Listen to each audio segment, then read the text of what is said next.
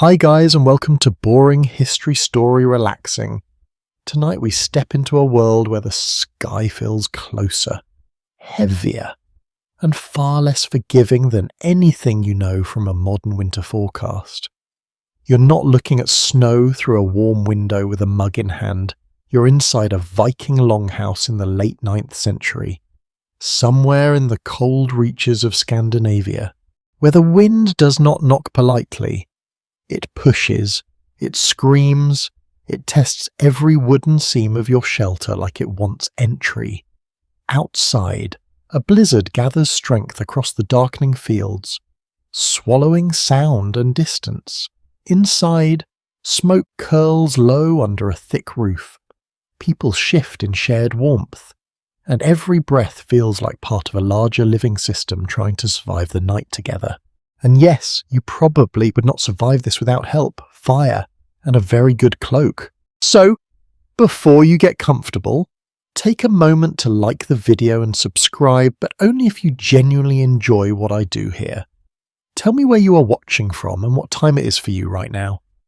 Now, dim the lights, flow straight into the story, no extra headings. You arrive as the last glow of daylight fades into a flat grey horizon. The wind is already wrong in a way you can feel through your bones. It is not just cold, it is active, almost alive, as if it is searching for every gap in your clothing. Snow begins as a distant haze, then thickens into sharp, fast-moving streaks that sting your face. The longhouse stands ahead like a low wooden animal crouched against the land. It is built from thick timber beams and layered with earth and turf, a technique widely used across Viking Age settlements in the 9th century. Designed specifically to resist brutal winters and long seasonal storms. You step closer and notice how the structure seems to absorb the wind rather than fight it. That is intentional. Archaeological findings from Norse settlements show that these halls were engineered with low profiles and heavy insulation to reduce heat loss. Yet even here, in this carefully designed shelter, you can hear the storm pressing in. A mainstream historical fact is that these longhouses often served as both home and community centre, meaning entire households, livestock, and visiting travellers could share one heated space during winter survival periods. Inside, the first thing you notice is the transition from screaming wind to muffled breath. It does not become silent, not really, but it changes personality. The walls creak softly, settling under the pressure of snow building outside. Your boots carry a thin layer of slush onto packed earth flooring. People glance toward you, then return to their tasks, as if your arrival is less important than keeping the fire alive and the night survivable. The door closes behind you with a heavy thud that feels final. For a moment, you just stand there, letting your eyes adjust. The air inside is warmer, but not comfortably so. It smells of smoke, wet wool, animal fur, and stored food. It is a layered scent, one that tells you everything about survival without needing explanation. The blizzard outside begins to intensify. You can hear it through the timber, a rising pressure like waves hitting a cliff. Snow does not simply fall here. It accumulates, it drifts, it builds. The Vikings had a practical understanding of winter weather patterns, especially in coastal and inland Scandinavian regions where sudden storms could isolate communities for days or even weeks. Historians still argue whether certain sagas exaggerate the severity of these storms or whether they accurately reflect lived seasonal extremes. But the consistency of archaeological evidence suggests that severe winter isolation was a recurring reality. You move deeper into the hall. The longhouse interior stretches farther than you expect, shaped like a low tunnel of life. Wooden posts rise at intervals, supporting a roof that seems almost too heavy for human engineering. Yet it holds. Animal pens line one side, humans the other, all sharing the same protected volume. It is not elegant by modern standards, but it is efficient. And efficiency is what keeps people alive tonight. A flicker of movement draws your attention to the central hearth area. Firelight pulses across faces, tools, and hanging beams blackened by years of smoke. The hearth is not just a fire, it is the heart of everything. Without it, this place becomes just a wooden shell in a frozen landscape. You notice how people subtly shift closer to it as the temperature drops outside. That instinct is universal across time, but here it is sharpened by necessity. A quirky detail from Norse domestic life is that some households kept small collections of dried herbs or moss bundles near sleeping areas, believed to improve air quality and reduce dampness. Though modern interpretations suggest it may have been more about scent masking than health, the storm outside hits a new rhythm. Wind howls through the outer gaps of the turf walls, finding tiny channels to whistle through. It creates a strange sound, almost musical in its repetition. You realize that silence is never complete here. Even stillness has texture. You settle your belongings near a bench and feel the roughness of wood beneath your fingers. Everything is communal, shared, and slightly worn by constant use. There is no private corner in the way you would understand it today. Space is negotiated, not owned. Bodies, warmth, and sleep all overlap. As the first hour of night deepens, the contrast between inside and outside becomes more dramatic. Inside, firelight flickers gently.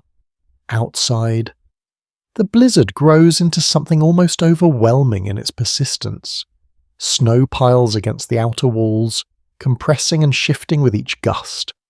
The Longhouse does not fight it. It endures. You notice a man nearby tightening his cloak, glancing toward the roof beams as if listening for something beyond human sound. Some oral traditions from Norse culture suggest that storms were sometimes associated with wandering spirits, or unseen forces travelling through the wind. Whether literal belief or symbolic storytelling is debated. Historians still argue whether these accounts reflect genuine religious conviction or narrative devices meant to explain unpredictable weather. You exhale slowly. Your breath blends into the smoky air, becoming part of the same atmosphere everyone else is breathing. That is when you understand the most important part of this place. You are not outside versus inside, you are inside versus everything else. The fire pops softly. A small shower of sparks rises and disappears into the darkness above. The roof absorbs them without reaction. Life continues in a steady, quiet rhythm. You feel the weight of the night settling in, not just physical tiredness, but awareness. Awareness that outside is still moving, still pushing, still trying to reach in. And yet here, within this long wooden spine of a building, there is enough warmth to make survival possible. Your shoulders relax slightly. The storm continues. The hall endures, and for now, that is enough. You remain inside the Longhouse as the night settles more deeply around the settlement. And now your attention shifts from the people and fire to the very structure holding everything together. It is easy at first to think of it as just a large wooden building, but the longer you stay here, the more you realize it behaves almost like a living organism. It breathes, it creaks, it absorbs pressure, and it responds to the weather outside in slow, tired motions. The Longhouse is built low to the ground, pressed into the landscape as if it never intended to leave it. Thick timber posts form the skeleton, and between them are walls packed with turf, soil, and sometimes stone fragments. This combination creates insulation that modern archaeologists still study because of how effective it was for its time. A mainstream historical fact is that Viking Age longhouses commonly used a central row of roof supports, allowing them to span wide communal interiors without collapsing under heavy snow loads, which were a constant winter threat in Scandinavia. You run your gaze along the interior beams. They are darkened by years of smoke, almost polished in places by soot and heat. The roof above is heavy, layered with sod and grass that, in warmer months, would have been green and uneven. Now it is frozen into a stiff, silent mass. Snow collects on top, adding weight. And yet the structure holds. It always holds, at least as long as maintenance is done each season. Outside, the wind hits again, and you hear the difference in how the building responds. It is not a single sound, but a layered one. A low groan from the timber frame, a faint hiss where air slips through gaps, a deeper muffled thud where snow presses against the outer walls. The Vikings understood wind patterns well enough to position longhouses with their narrow ends facing prevailing storms.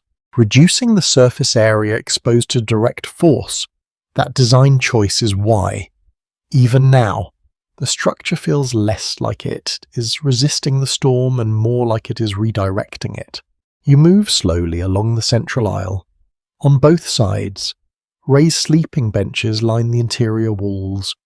These benches are not just furniture, they are survival platforms.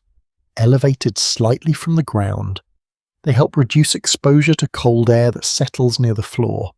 Furs and woven textiles are spread across them in layered bundles, forming shared sleeping spaces that will later become crowded nests of warmth. A quirky detail from archaeological digs in some Viking settlements is the discovery of deliberately placed carved animal figures embedded into structural posts. Some researchers believe these may have been symbolic guardians, while others think they were simply decorative or personal expressions of craftsmanship. Their exact meaning remains uncertain, and historians still argue whether they had spiritual significance or were simply artistic traditions passed through families of builders. You pause near one of the central posts. It is massive, rising from the packed earth floor like the trunk of an ancient tree. Your hand brushes its surface and you feel grooves left by tools long gone. This wood has already survived decades of winters, and it will likely survive many more. The air inside is not still. It circulates in a slow, uneven rhythm. Smoke from the central hearth rises upward, then drifts toward a smoke hole in the roof. That opening is essential, but imperfect. It lets heat escape along with the smoke, and sometimes snow or cold air sneaks in when the wind shifts. You notice how people occasionally glance upward when a gust changes direction, as if expecting the roof itself to speak. The construction of Viking longhouses was not standardized in a modern sense. Each one reflected local resources, family needs, and regional tradition in some coastal areas. Driftwood was more common. In inland forests, dense oak and pine dominated. Historians still argue whether longhouse designs evolved primarily through practical environmental adaptation, or whether cultural identity played a stronger role in shaping architectural choices. You notice how the floor under your feet is not uniform. Some areas are compacted earth, hardened by constant foot traffic. Other sections are slightly raised or reinforced with planks. Over time, the interior becomes a map of human movement, showing where people gather most often, where animals are kept, and where storage areas are hidden along the edges. To one side, you see the livestock section. It is separated only by a low barrier and distance rather than full walls. Sheep or goats shift in the dim light, their breath visible in faint puffs. Their presence might seem uncomfortable to a modern visitor, but here it is essential. Their body heat contributes to the overall warmth of the hall. It is a shared survival system, where humans and animals exist in close proximity during the harshest months. A mainstream historical fact is that many Viking longhouses housed both people and livestock during winter, especially in rural farmsteads, to conserve heat and protect valuable animals from freezing temperatures. The smell this creates is strong, earthy, and constant, yet it is part of the accepted reality of winter life. You take another step forward and notice how the walls themselves are uneven. Turf layers bulge slightly in places, compressed by moisture and frost. Small cracks are patched with additional material, sometimes wood, sometimes more earth. Maintenance is ongoing, not occasional. A house like this is never finished. It is always being repaired. A faint draft brushes your neck, and you instinctively turn toward it. The air leaks through a seam where timber meets turf. It is not a flaw so much as a compromise.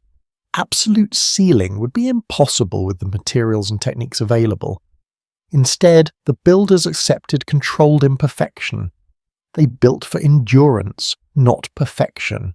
Near the hearth, you see soot patterns climbing the inner walls. They form abstract shapes, layered like years of shadow over time. These marks become a kind of record, silently documenting where firelight has reached and where smoke has lingered longest. Some scholars suggest these soot patterns can even help archaeologists reconstruct ventilation systems in ancient structures. Others believe such interpretations may be overstated, and that soot distribution is too irregular for precise reconstruction. Historians still argue whether these marks are reliable architectural evidence or simply environmental residue. You settle briefly onto one of the benches. The wood is warm where others have been sitting, retaining heat in a way that feels almost alive. You can hear the building around you continuing its slow conversation with the storm. Timber flexes slightly, rope bindings creak, snow shifts along the roof in soft, sliding movements. A man nearby adjusts a hanging tool, and you notice how everything has a place, even in rest. Axes, knives, weaving tools, and cooking implements are stored within reach but never scattered. Space is efficient because it must be. In winter, efficiency becomes another form of warmth. The wind outside intensifies again, and the longhouse responds with a deeper groan. For a moment, it feels as if the entire structure is leaning into the storm rather than resisting it. You realize this is part of its design philosophy. Instead of rigid resistance, it uses flexibility, weight, and low profile to survive forces that would otherwise tear lighter buildings apart. You inhale slowly. The air tastes faintly of smoke and wool.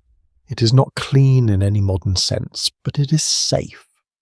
Safety here is measured differently, not by comfort, but by continuity of breath and warmth through the night. The storm continues its pressure against the world outside, but inside this wooden spine of human survival, everything remains intact. The structure holds, the fire endures, and the night continues its long passage toward morning. The night outside deepens into a heavier kind of dark. But inside the longhouse there is still movement, still purpose. Still the quiet urgency of people making sure tomorrow is even possible. You notice it immediately, even in a place built for survival and rest. Nothing truly stops, life simply changes rhythm.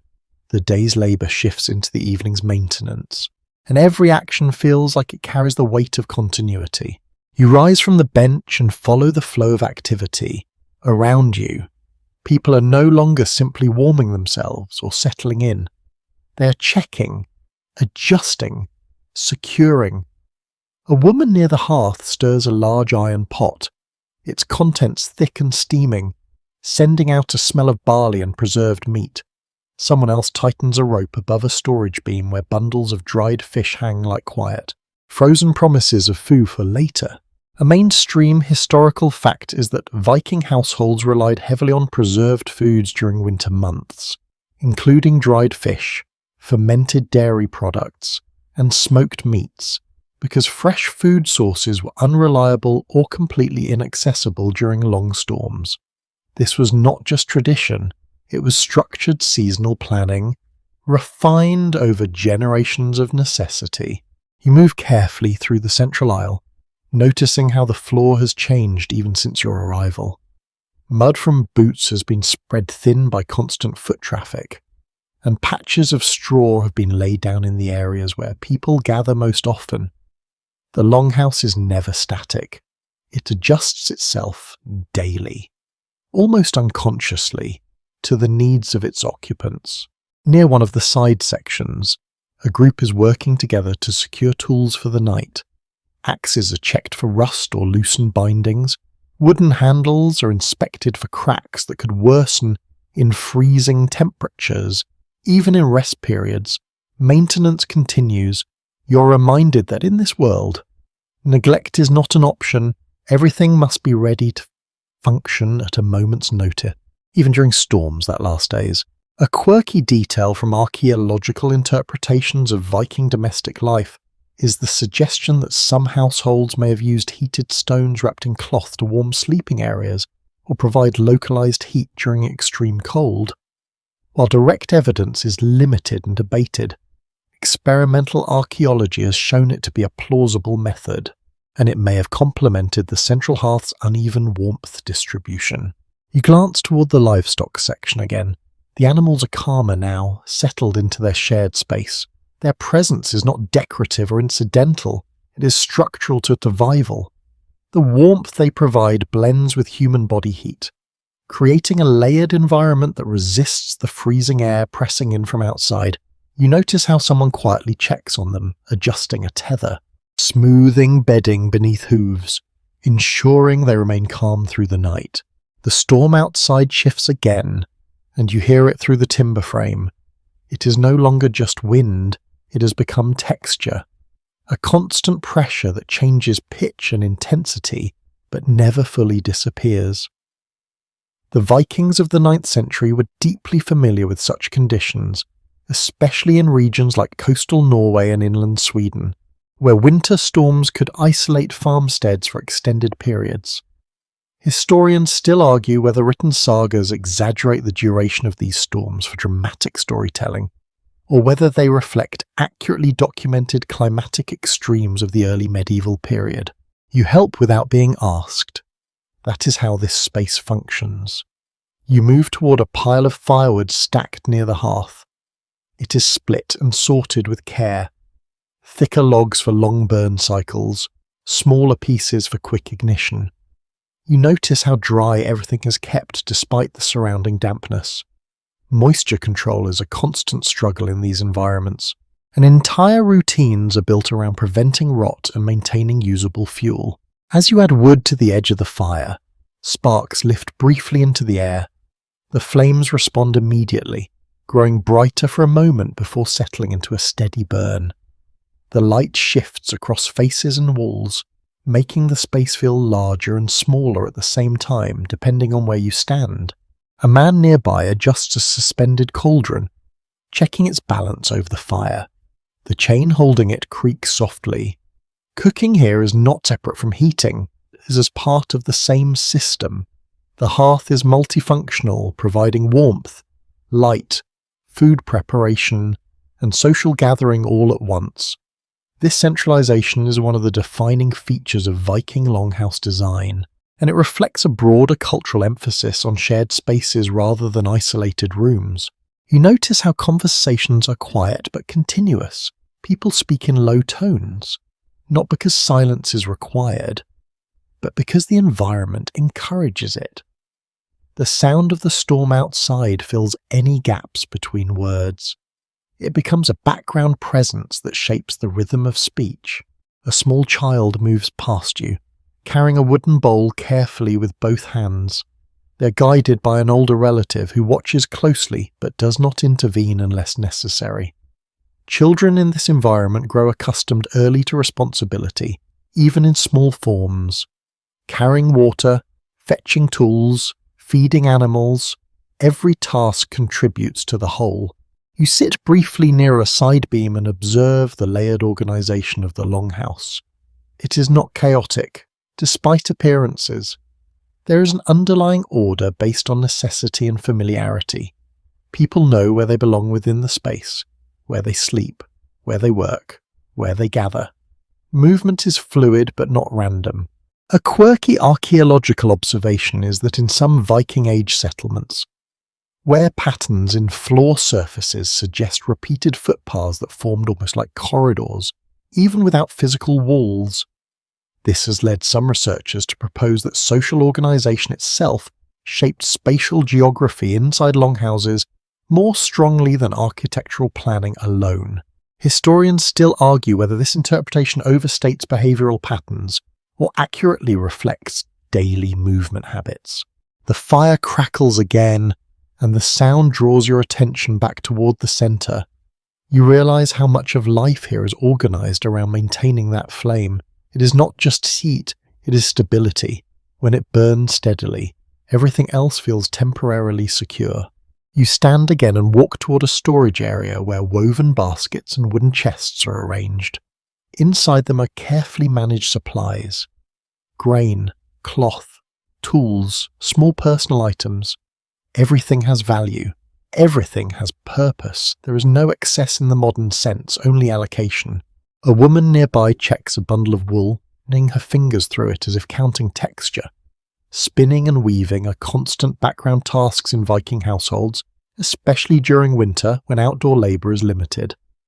Textiles are essential not only for clothing but for trade and insulation.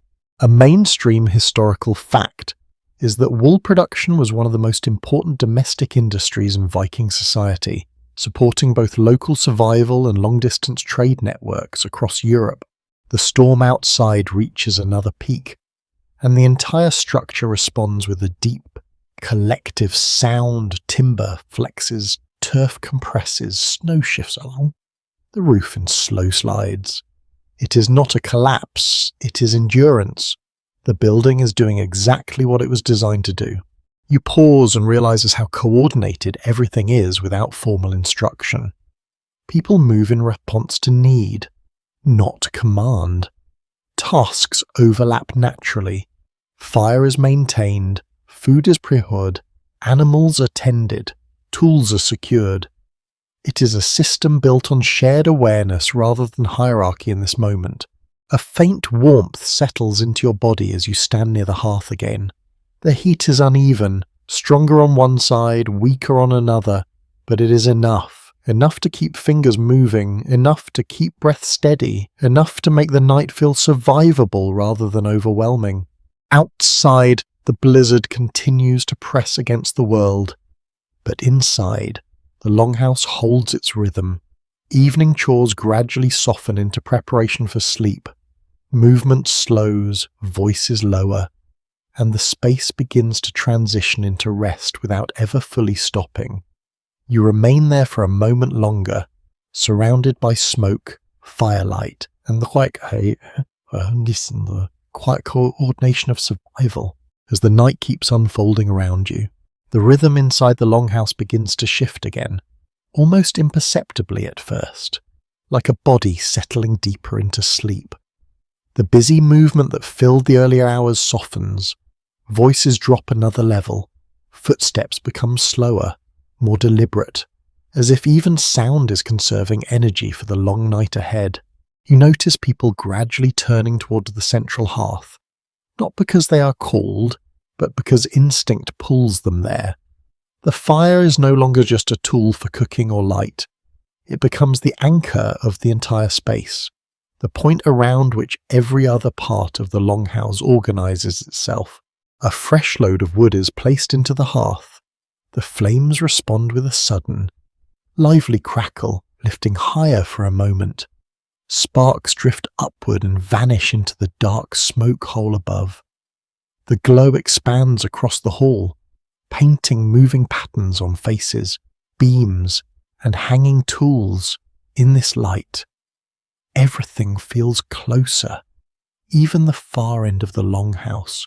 One well-attested fact from archaeological reconstructions of Viking domestic life is that the central hearth was typically positioned along the main axis of the hall to maximize heat distribution and social visibility, making it both a practical and symbolic core of daily life. It is not just where heat originates, it is where presence gathers. You step closer to the fire without thinking about it. The warmth is uneven, shifting depending on where you stand. One side feels almost gentle, while another delivers a sudden wave of heat that forces you to adjust your position. The fire behaves like weather inside the building, unpredictable but essential. A slow change is happening around you. People begin preparing sleeping areas more seriously now. Furs are shaken out and spread along the benches. Thick wool blankets are layered in alternating directions to trap warmth. Shared sleeping spaces are arranged carefully, not randomly, because warmth in this environment is a shared resource, and placement matters. A less commonly discussed archaeological observation suggests that in some Viking Age sites, the distribution of ash and charcoal near hearths indicates repeated nighttime repositioning of embers to maintain heat through the longest hours of darkness. This hints at a deliberate, almost scheduled approach to fire management during winter nights. Rather than leaving it entirely to chance or continuous burning, you watch as someone uses a long iron tool to adjust glowing embers deeper into the hearth. The sound is subtle, like stone shifting underwater. The fire does not simply burn, it is shaped, controlled, negotiated with. Around the edges of the hall, people begin to claim sleeping positions. There is no written rule you can see, but there is structure. Closer to the hearth is warmer, but also more crowded and brighter. Farther away is quieter, darker, and colder. Choice depends on status, age, familiarity, and sometimes simple endurance. A quieter academic disagreement persists about how strictly these sleeping arrangements reflected social hierarchy versus practical warmth distribution. Some interpretations suggest that proximity to the fire mirrored status almost directly, while others argue that necessity often overrode rank during severe winter conditions, making survival the dominant organizing principle. You move toward one of the benches and notice how the heat has been absorbed into the wood itself. It is not just warm on the surface, it is stored, slowly releasing warmth back into the air. The bench feels like it has been holding the memory of the fire for hours. Nearby, a group settles in together, layering themselves in shared furs. There is an intimacy to it that feels unfamiliar by the modern standards. But here it is normal. Bodies become part of the heating system. Breath, heat, and movement are shared without hesitation. Privacy is not absent, but it is redefined by necessity. The fire flares again, briefly stronger, and the light shifts across the ceiling beams. Shadows stretch and contract like they are breathing. The smoke above thickens slightly before drifting out through the roof opening, carrying the scent of burning wood and resin. A small but interesting cultural detail noted in experimental archaeology is that certain Viking households may have used specific types of resinous wood to produce brighter, longer-lasting flames during winter gatherings, especially when storytelling or communal work extended late into the night. The choice of fuel was not random. It shaped the atmosphere of the entire hall. You sit and let your hands warm slowly. The sensation returns in stages, first tingling, then steady heat around you. Conversation continues in low tones, not silence, but something softer, more rounded. Words do not travel fear. They stay close to their speakers, shaped by smoke and dim light. A child curls into a sleeping space nearby, already half asleep. An adult adjusts a fur over their shoulders without waking them. These small acts repeat throughout the hall, forming a quiet choreography of care that does not require instruction. The fire pops sharply, and for a moment, everyone pauses instinctively, then the rhythm resumes. The sound outside the walls is still present, but it feels further away now, as if the heat inside has created a psychological boundary that pushes the storm into distance. You notice how the longhouse itself seems more alive at night than during the day. During daylight, it is a place of labour. At night, it becomes a place of shared endurance. Every beam, every rope, every patch of turf participates in holding warmth inside. A slightly unusual interpretation among researchers proposes that Viking longhouses functioned not just as shelters but as thermal ecosystems, where human bodies, animals, fire, and architecture interacted as a single system of heat retention, while not universally accepted. This perspective helps explain why such dense communal living arrangements were not only tolerated, but necessary in extreme climates.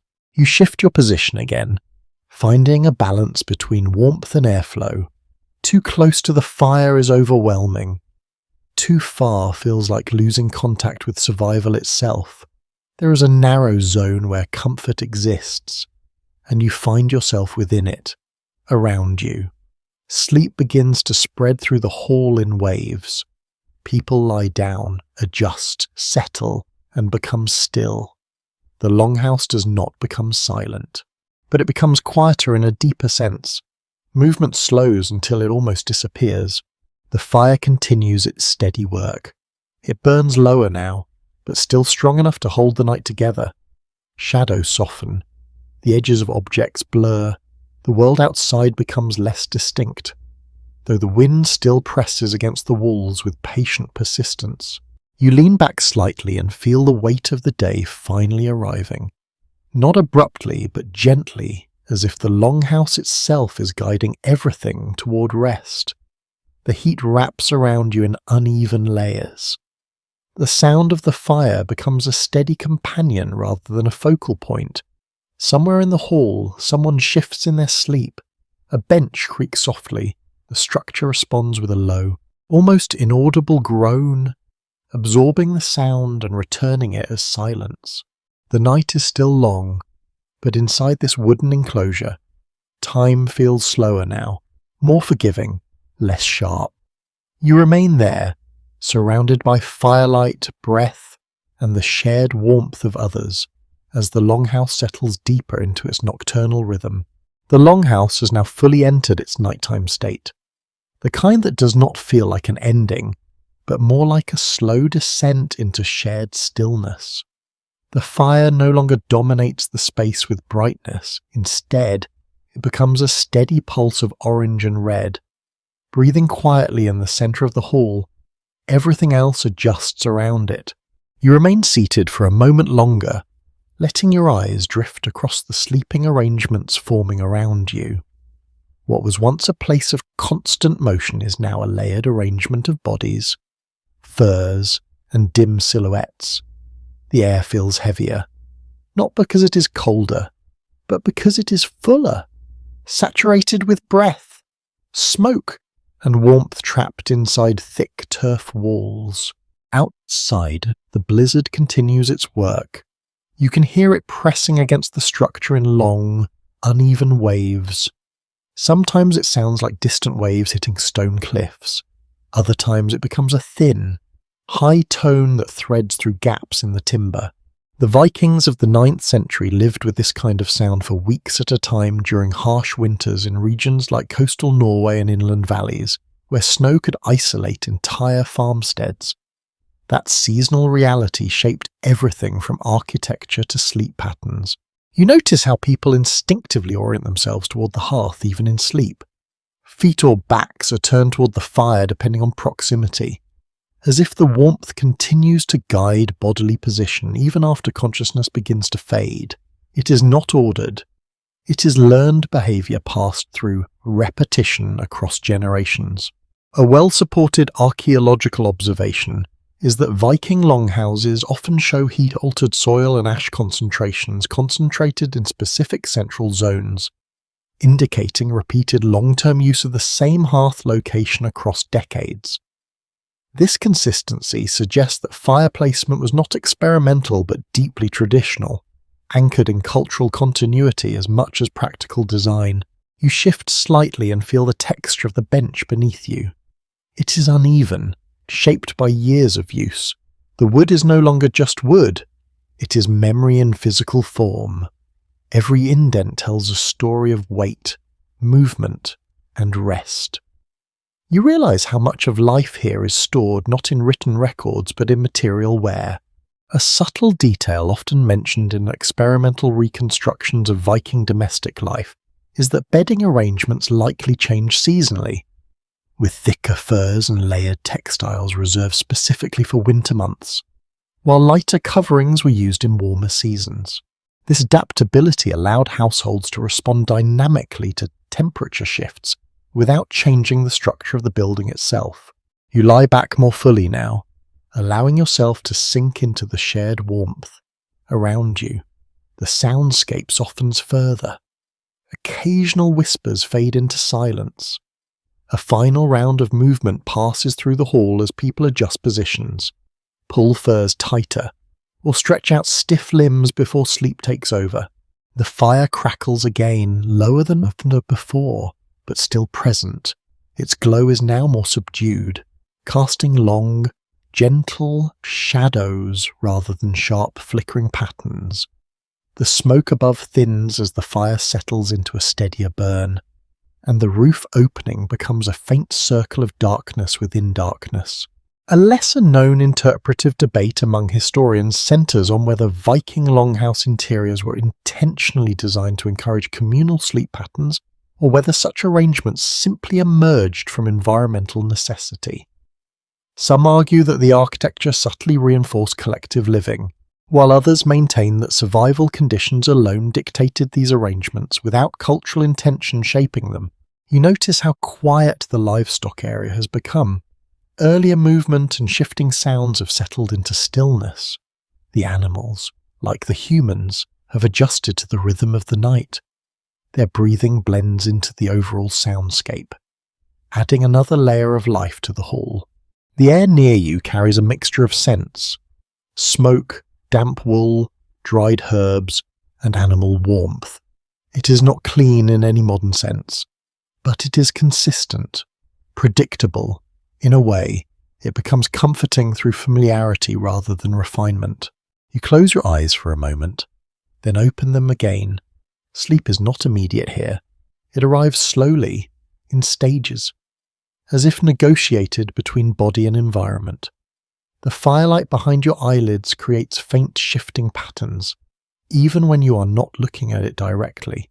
A small cultural curiosity noted in some Norse literary sources suggests that night storytelling or recitation of genealogies may have been a common way to pass time during long winter evenings, reinforcing memory and identity while also keeping individuals awake until safe sleep conditions were established.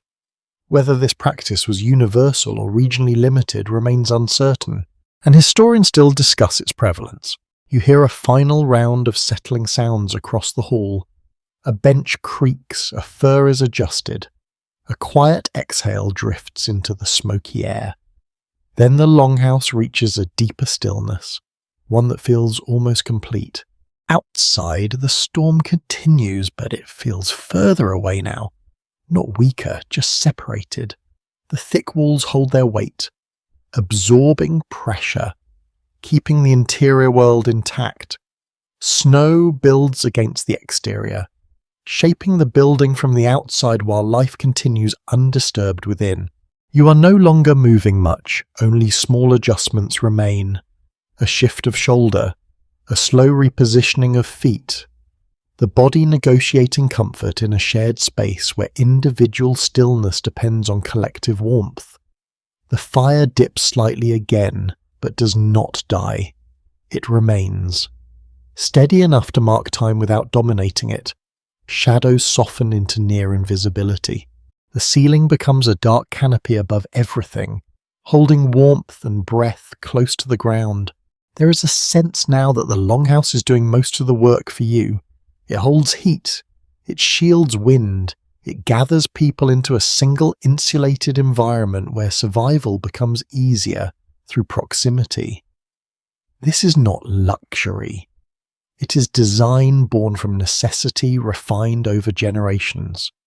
Your breathing slows to match the rhythm of the space. Inhale, warm air, exhale, smoke-touched air. The boundary between body and environment becomes less distinct. Somewhere in the hall, a final movement fades. Then nothing new begins. The night stabilizes fully. You remain there, suspended between awareness and sleep, held within the quiet architecture of wood, fire, and shared warmth. As the blizzard continues its distant conversation with the walls, the night has now settled into its deepest layer, the kind that feels less like time passing and more like time folding in on itself. Inside the longhouse, everything has slowed to a near suspension. Even the fire seems to have learned restraint, burning lower, quieter, as if it understands that too much brightness would disturb the fragile balance of sleep. You are lying within that shared human warmth, surrounded by the quiet presence of others. It is not silence in the modern sense, it is something more textured, made of breathing, faint shifts of fabric, and the distant groan of timber under winter pressure. The Longhouse holds all of it without complaint. Outside, the blizzard still exists, but it feels abstract now. You hear it more than you feel it.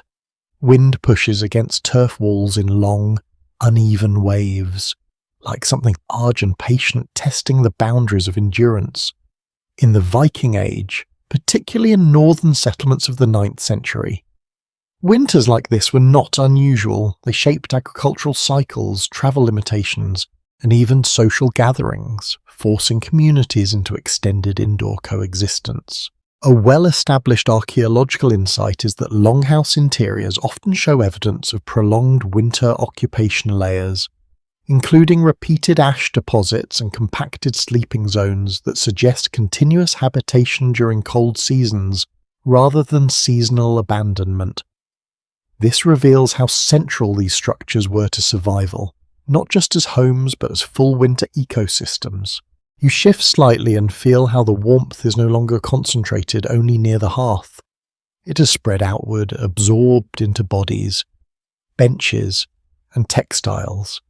Heat here is not fixed in one place, it circulates slowly through proximity and shared presence. A quieter interpretive note among researchers points out that some Viking Age dwellings may have used subtle floor grading or sunken central areas to help retain heat near sleeping zones, while not universally present. Such architectural variations hint at experimentation in managing indoor climate, especially in harsher regions. There is still debate about how widespread these techniques truly were, and historians still argue whether they were intentional thermal designs or incidental results of construction style. Your breathing becomes more noticeable as everything else quiets. It blends with the rhythm of others nearby. In a space like this, individual sound does not stand apart for long, it merges into a collective pattern, like a shared pulse that the building itself seems to carry. The fire gives a soft crackle, a small collapse of embers shifting inward. It is not dramatic, it is more like a sigh. The light dims slightly, and shadows respond by softening further. The ceiling above becomes less defined, turning into a continuous dark surface that feels both close and distant at the same time. A lesser-known cultural observation drawn from Norse literary traditions suggests that night hours during winter were often associated with reflection, memory, and quiet storytelling, where spoken histories helped maintain continuity of identity through long periods of isolation. Whether this was a universal practice or limited to certain regions remains uncertain, and scholarly interpretations vary widely. You feel the bench beneath you again, noticing how it has cooled slightly on its outer edges while retaining warmth closer to where bodies have rested. Wood in this environment behaves almost like a living material, absorbing and releasing heat in slow cycles. Somewhere nearby, someone shifts position and then becomes still again. The sound is minimal, but in this environment even minimal sound feels meaningful. It marks the difference between sleep and wakefulness, between awareness and surrender. Outside, the storm changes pitch briefly. It does not intensify, but it rearranges itself, as if finding a new angle against the longhouse. Snow continues to accumulate along the outer walls, pressing inward with silent persistence, yet inside, there is no sense of threat, only endurance. A well-documented aspect of Viking domestic life is the integration of shared sleeping spaces during winter months, particularly in larger farmsteads where conserving body heat was essential. Privacy, as understood in modern terms, was often secondary to thermal survival and social cohesion within enclosed environments. You notice how your thoughts begin to slow, not because of fatigue alone, but because the environment encourages it. There is less stimulation, fewer sharp contrasts. Everything becomes gradual, softened by smoke, warmth, and darkness. The fire flickers again, briefly revealing the contours of nearby sleepers. Faces appear for a moment in orange light, then disappear back into shadow. It feels almost like watching memory itself appear and fade. A subtle archaeological interpretation proposes that soot patterns on Viking Longhouse interiors may reflect long-term airflow and fire usage cycles, offering indirect clues about daily rhythms and seasonal behaviours. However, there is ongoing disagreement about how reliably such patterns can be interpreted, and historians still argue whether these traces represent consistent environmental signatures or more chaotic. Variable usage. Your body settles deeper into stillness. The boundary between awareness and rest begins to blur. You are no longer fully observing the space, but you are still part of it, embedded within its rhythm. The livestock nearby remain quiet now, their earlier presence reduced to faint breathing and occasional movement. Their warmth continues to contribute to the overall temperature of the hall, merging human and animal life into a single shared system of survival.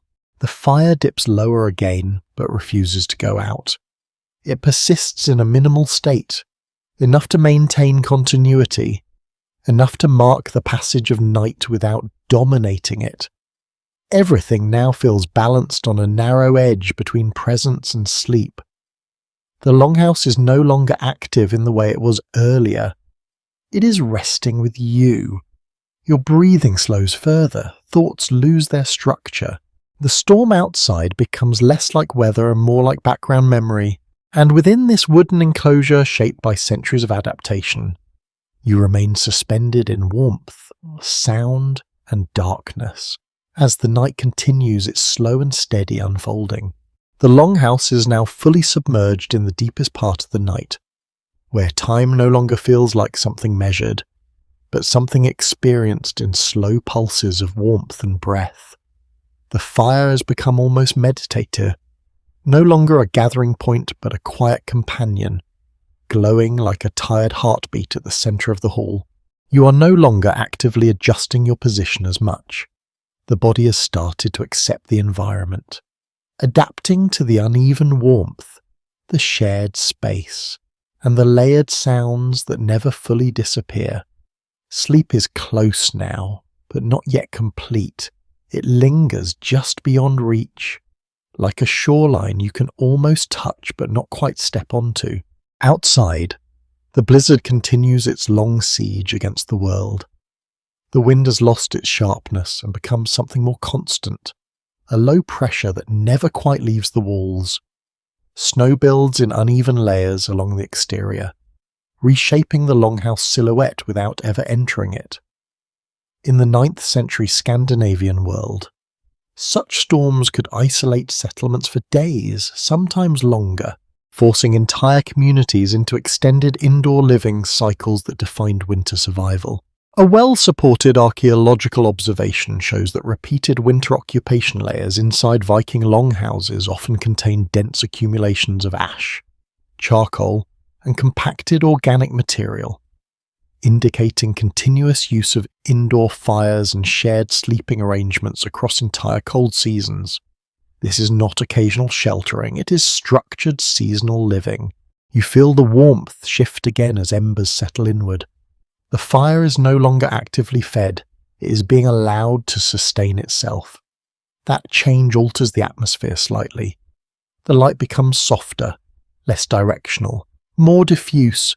Shadows stop moving as much and begin to rest in place.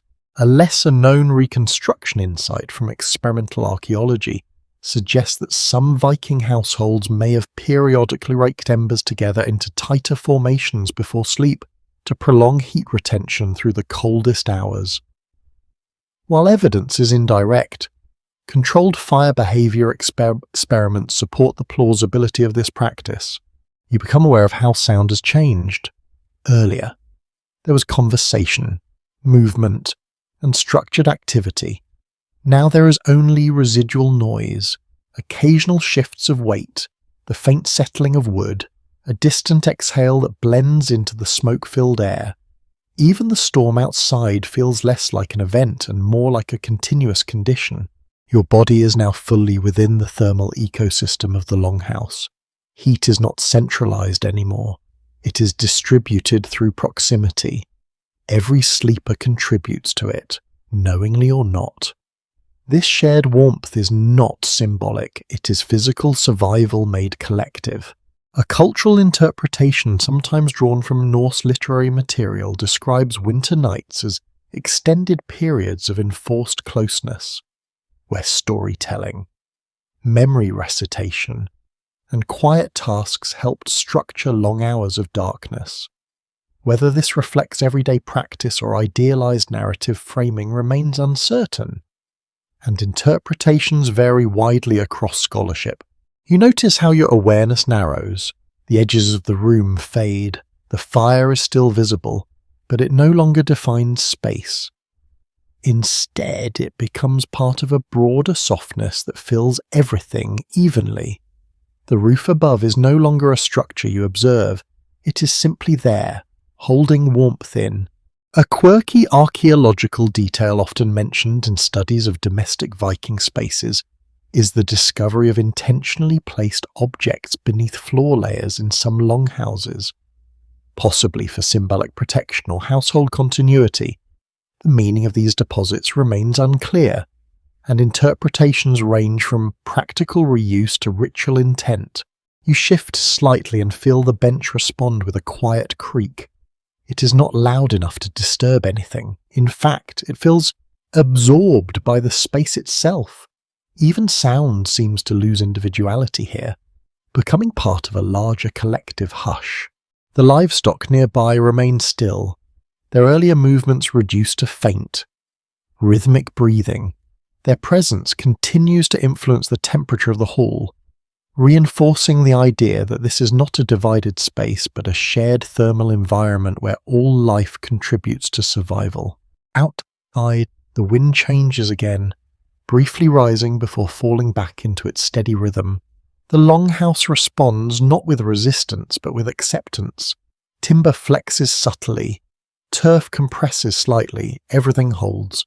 A mainstream historical fact drawn from settlement archaeology is that Viking longhouses often functioned as year-round multi-purpose structures, but during winter they became fully integrated living environments where sleeping, working, cooking, and animal care all occurred within the same enclosed space due to environmental necessity. You feel your thoughts begin to drift in uneven patterns, not linear anymore, more like slow waves. Awareness comes and goes gently, without urgency. The fire's glow softens further, becoming a dim pulse rather than a visual focus. Somewhere in the hall, a final small movement occurs, a fur is adjusted, then stillness returns. It does not feel forced, it feels natural, as if the building itself has guided everyone into this shared pause. The air is thick with warmth now, layered with smoke, wool, and the faint earthiness of timber and turf. It is not clean, but it is stole. Stability here matters more than clarity, is what keeps the night from becoming dangerous. A final interpretive discussion among historians suggests that Viking longhouse design may have unintentionally encouraged synchronized rest patterns due to limited light sources and shared thermal zones. Other scholars caution that this may simply reflect environmental constraint rather than any emergent behavioral structure. You are now very close to sleep. The distinction between listening and dreaming begins to blur. The fire is still present, but it no longer changes the space, it simply remains. The storm outside continues its long, patient movement, but it feels distant enough now to belong to another world entirely. Inside, the longhouse holds you in its quiet geometry of heat and shadow, and everything begins to soften into rest. Sleep does not arrive all at once in the longhouse. It comes in layers, like the snow outside, slowly covering awareness until only faint impressions remain. You are still partially awake, but the boundary is thinning. Sounds no longer register as separate events. They blend into a single continuous atmosphere. The fire has settled into its lowest stable state. It is not bright anymore, but it refuses to disappear. A few glowing embers remain clustered at the center, holding heat with quiet persistence. The light they produce is faint, but enough to remind everyone that warmth is still present. You lie within that shared field of heat and breath. Around you, the longhouse is fully at rest, bodies are still. Movement is rare and minimal, usually just the unconscious adjustments of sleep.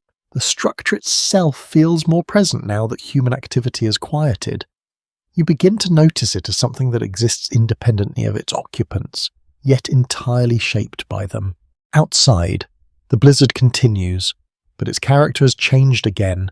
It no longer feels like an approaching force, it feels like an ongoing condition of the world. The wind presses against turf walls in slow, repetitive waves. Snow accumulates in uneven drifts along the exterior, gradually reshaping the silhouette of the building. In Viking Age Scandinavia, especially in northern coastal and inland regions, such extended winter storms were not rare events but recurring seasonal realities that shaped settlement design and social behaviour. A well-documented archaeological insight is that prolonged winter use of Viking longhouses often leaves distinct layered deposits of ash, soot, an organic material that can be read as evidence of continuous habitation cycles, showing how these structures functioned as full-time living environments during harsh seasons rather than temporary shelters. You breathe slowly. The air feels heavier now, not because it has changed composition dramatically, but because your senses are relaxing into it. Smoke, wool, and earth combine into a single, familiar atmosphere. It is not pleasant in a modern sense, but it is stable, and stability is what the body recognizes as safety here. A less commonly emphasized reconstruction detail from experimental archaeology suggests that heat retention inside longhouses may have been enhanced unintentionally by the density of occupants during winter nights, with body heat creating a slow, shared warming effect that persisted long after the fire dimmed. This kind of collective thermal contribution is difficult to measure precisely, but has been demonstrated as plausible in controlled reconstructions. You feel the bench beneath you as something more than furniture. It is part of the sleeping system. It supports not just individuals but groups, distributing bodies along its length in a way that maximizes warmth retention. Wood here is not inert. It participates in survival. Somewhere nearby, a sleeper shifts slightly. The sound is almost indistinguishable from the creak of the structure itself in this environment. Human and building noises merge easily. It becomes difficult to tell where one ends and the other begins. A cultural interpretation, sometimes drawn from Old Norse narrative traditions, describes winter nights as periods of inward focus, where families and households strengthened identity through proximity, shared labour, and oral memory. Whether this reflects widespread lived practice or selective literary framing remains debated across modern scholarship. Your awareness begins to fragment gently. Thoughts are no longer structured in clear sequences. Instead, they arrive as impressions: warmth, dim light, the distant pressure of wind, the soft rhythm of breathing around you. Each impression fades before it fully forms. The fire emits a final soft pop as a small pocket of resin within the wood ignites briefly. The glow brightens for a moment, then settles again. No one reacts. It is part of the expected life of the hearth, a system that never fully stops until morning. A quirky archaeological observation sometimes noted in longhouse studies is the presence of soot gradients on roof interiors that may indicate shifting airflow patterns influenced by seasonal wind direction changes. Though interpretations of these patterns remain uncertain and highly dependent on site-specific conditions, you drift deeper. The longhouse is now experienced more as sensation than environment. Warmth is no longer localized. It surrounds you evenly. Cold exists only as memory of what lies beyond the walls. Outside, the storm continues its patient movement. It has no urgency. It simply persists. Inside, everything has slowed to match a different rhythm, one shaped by fire, breath, and shared enclosure. A mainstream historical fact derived from settlement archaeology is that Viking longhouses often show evidence of long-term, multi-generational use, with repairs and structural modifications layered over time, indicating that these buildings were not temporary shelters, but enduring centres of domestic life. You are now almost fully asleep.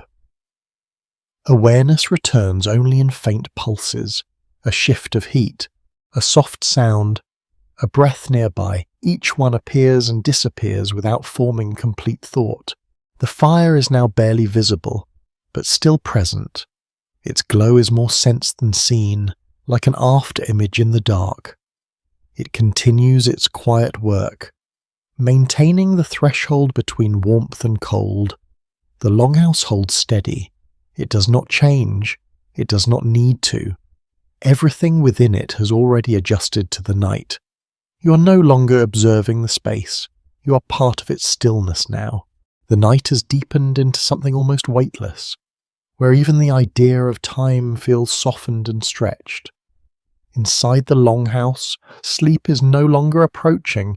It is already happening in scattered layers across the hall. You are still faintly aware, but only in fragments, as if consciousness itself has been broken into small drifting pieces.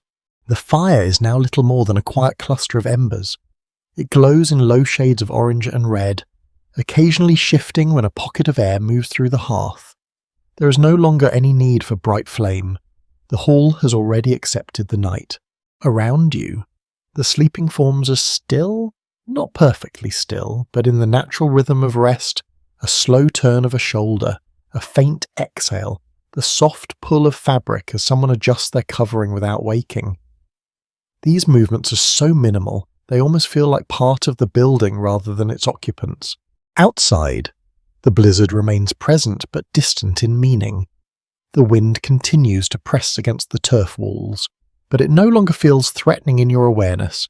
It is simply part of the environment, like breath or heartbeat.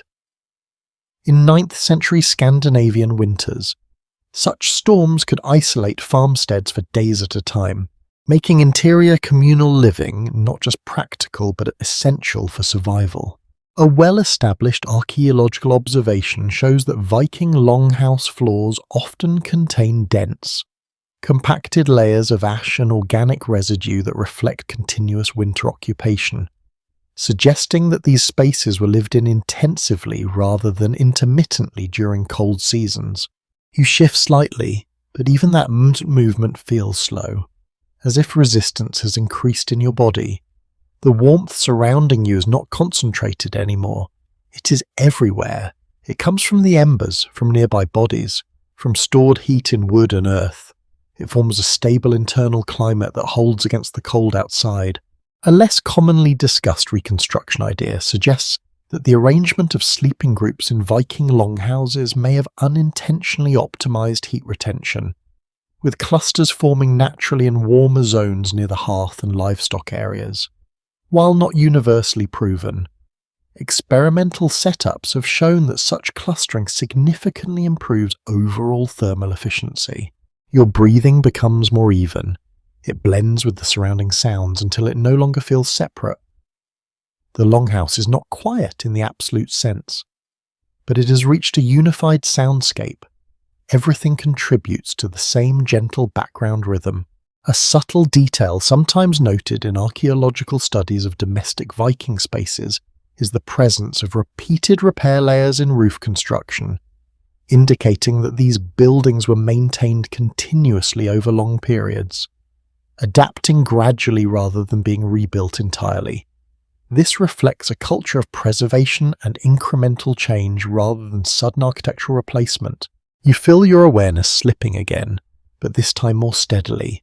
There is no interruption, no sharp transition, only a gradual loosening of attention.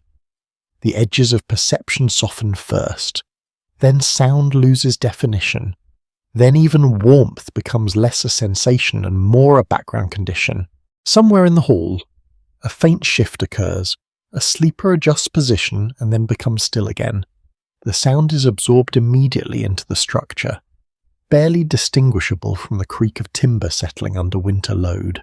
A cultural interpretation sometimes drawn from Old Norse narrative traditions suggests that winter nights were understood as extended periods of inward time, where households naturally shifted toward memory, rest, and quiet continuity of presence. Whether this reflects lived daily structure or literary shaping remains a matter of interpretation among modern scholars. The fire dims further. It is now almost entirely embers, glowing in uneven clusters. Occasionally, a small spark rises and disappears into the darkness above. The smoke hole is no longer visible as an opening, only as a faint suggestion of space within the roof. You are no longer actively thinking, instead you are drifting through impressions, warmth, darkness, breath, the sense of being held within something larger than yourself. The Longhouse does not feel like a building anymore.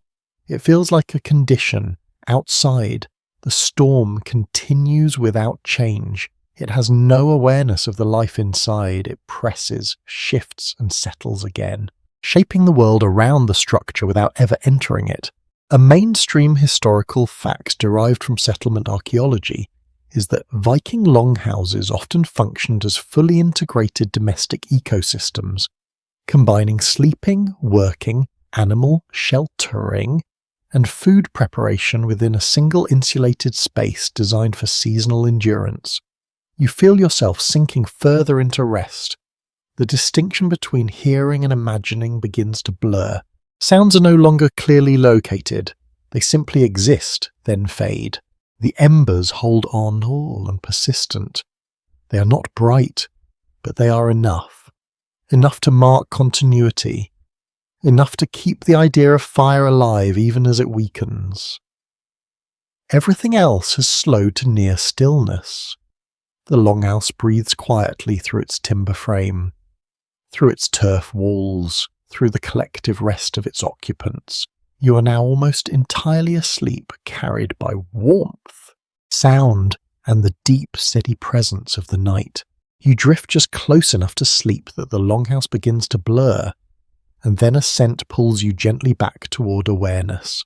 Not a sharp scent, not unpleasant, exactly, more like a deep, layered reminder that this place is not only built to hold bodies through the night, it is also built to hold food, labour, memory, and the slow mathematics of winter survival. The smoky air carries everything. Above you, strips of dried fish hang from beams where the heat and smoke can reach them. Along the edges of the hall, sacks of grain rest in shadowed storage places, raised where possible to keep dampness away. Barrels and wooden tubs sit close to the walls, their contents sealed against cold, insects, mice, and the general medieval problem of everything wanting to spoil at the worst possible moment. Very considerate of nature, really.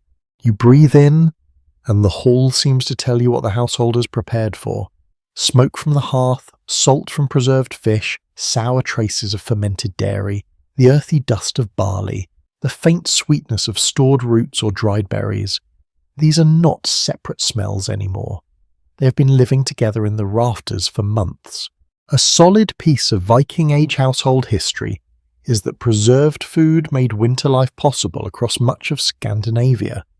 Dried cod, smoked meat, butter, cheese, grains, and sometimes fermented products helped families endure seasons when fresh supplies were scarce and travel could be dangerous. The Longhouse is therefore not just a place to sleep, it is a pantry with walls, a smoky warehouse where food and people share the same guarded warmth. You notice a bundle hanging near the fire, dark and stiff from smoke. It might be fish, perhaps cut thin so it dries more evenly. In coastal settlements, fish was one of the great reliable resources, and dried fish became important not only for local eating, but also for wider exchange. In some areas, dried cod was light enough, durable enough, and valuable enough to travel far beyond the household that prepared it. Imagine your midnight snack becoming part of an early medieval trade network, humbling and slightly chewy. The fire has changed the food as surely as it changes the air. Smoke preserves by discouraging spoilage. adding flavour, and drying surfaces. Nobody here explains it with modern chemistry. Of course, they do not need to. Generations of practice have taught them what works. Hang it too low and it may cook or scorch. Hang it too far away and dampness may win. The household knows the invisible zones of heat above the hearth, in the same way you might know the warmest corner of your living room. One odd little detail from experimental reconstructions is that smoked interiors could make stored textiles and food absorb a persistent smoky taste and smell, meaning even items not directly preserved over the hearth might carry the atmosphere of the longhouse for a long time. Your cloak, your hair, your bedding, and your zupper all slowly join the same fragrance club. Membership is mandatory. Near the wall, a woman quietly checks a container. The lid comes up only slightly, then settles back into place. The movement is careful, because stored grain is precious. Barley and oats are common staples in many Norse farming communities, and they must be guarded against moisture. A winter storm may sound dramatic outside, but inside, dampness is the quieter enemy if grain spoils. The future shrinks. You remember the wind pressing against the roof? The animals breathing in their stalls, the embers holding the night together. Now the food adds another layer to the same story. Everything here is about stored energy. Wood stores summer sunlight in its rings. Grain stores the work of fields. Dried fish stores the labour of nets. Boats, hands, and salt air. Wool stores the warmth of sheep. Even the longhouse stores the effort of people who cut, hauled, carved, patched, and repaired it. There is a scholarly dispute over how evenly winter food security was distributed between wealthy households and poorer farms. Some researchers point to large storage spaces and feasting evidence as signs of elite abundance, while others caution that many households may have lived much closer to the edge, with preservation failures or bad harvests creating serious danger. In a night like this, surrounded by hanging food, you can feel both possibilities at once. Security, yes, but never guaranteed. A faint creak sounds above as something hanging from a beam sways slightly in a draught. The motion is small, but your sleepy mind notices it. A line of dried fish turns almost invisibly, catching a brief ember glow before falling back into shadow. The sight is strangely calming. Food at rest, work completed. Tomorrow waiting quietly in the rafters. You hear a soft scrape near the storage area. Someone moves a wooden bowl or checks a cover, then returns to their place. In a longhouse, sleep does not mean complete abandonment of vigilance. Fire, animals, food, and weather all need attention, even at night. Survival is less like a dramatic battle and more like 1,000 small acts performed before disaster gets ideas. The smell of the stored food mingles with the bodies around you. Warm wool gives off its lanolin scent. Leather straps dry near the heat. A wooden chest smells faintly resinous. The packed earth floor holds traces of old ash and old meals. It is not a clean separation of kitchen, bedroom, barn, and pantry. It is all of them at once. Modern zoning would faint dramatically. Your stomach notices the food, although sleep dulls the feeling. The pot near the hearth has been moved aside, its contents cooling slowly. Perhaps a thin barley porridge remains, thickened with bits of preserved meat. Perhaps a little sour milk waits for morning. Viking Age meals varied by region and status, but grain-based foods, dairy, fish, and meat all played key roles where available. Nothing here is wasted casually. Bones, scraps, ash, whey, fibre. Even smoke itself finds a use. Another unusual suggestion made by some food historians is that fermentation may have produced flavours modern eaters would find intense, sour, salty, or frankly alarming at first bite. But in this world, such methods are practical brilliance. Fermentation helps preserve food, alters texture, and gives variety during months when freshness is mostly a memory. Your taste buds might file a complaint, but your winter survival chances would send a thank you note. The hall grows quieter again. The scents remain awake even when people are not. Smoke curls, fish hangs, grain waits, barrels rest in shadow. The storm outside can bury paths and silence fields, but it cannot undo the summer labour stored here. Not tonight. You lie still and let the smells become part of the lullaby. The Longhouse is breathing smoke and food and warmth around you. Above, the rafters hold tomorrow's meals. Below, the benches hold tonight's sleepers. Between them, you float gently in the dimness, wrapped in the strange comfort of a world where survival smells like ash, salt, wool, and barley.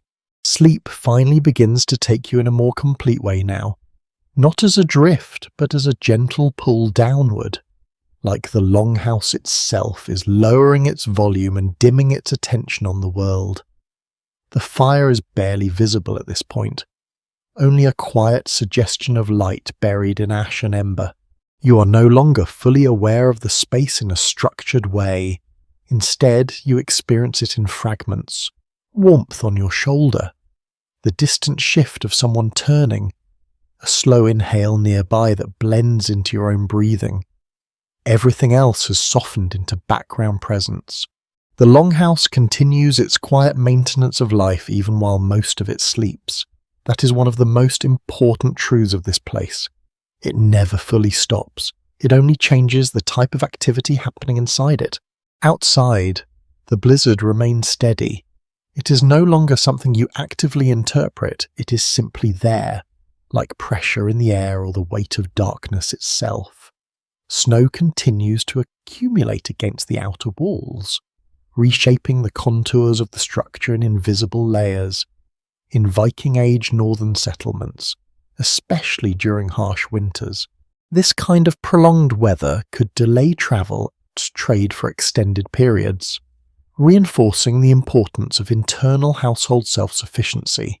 A well-grounded archaeological finding is that Viking longhouses often show repeated repair and reinforcement marks along roof beams and wall bases, indicating long-term adaptation to seasonal stress rather than short-term occupation. These buildings were not temporary shelters. They were long-term living systems shaped by repeated winters. Your body adjusts again without conscious direction. The heat is not strong in any single place now. It is distributed, shared. You are part of a wider field of warmth created by people, animals, fire remnants, and the insulation of the structure itself.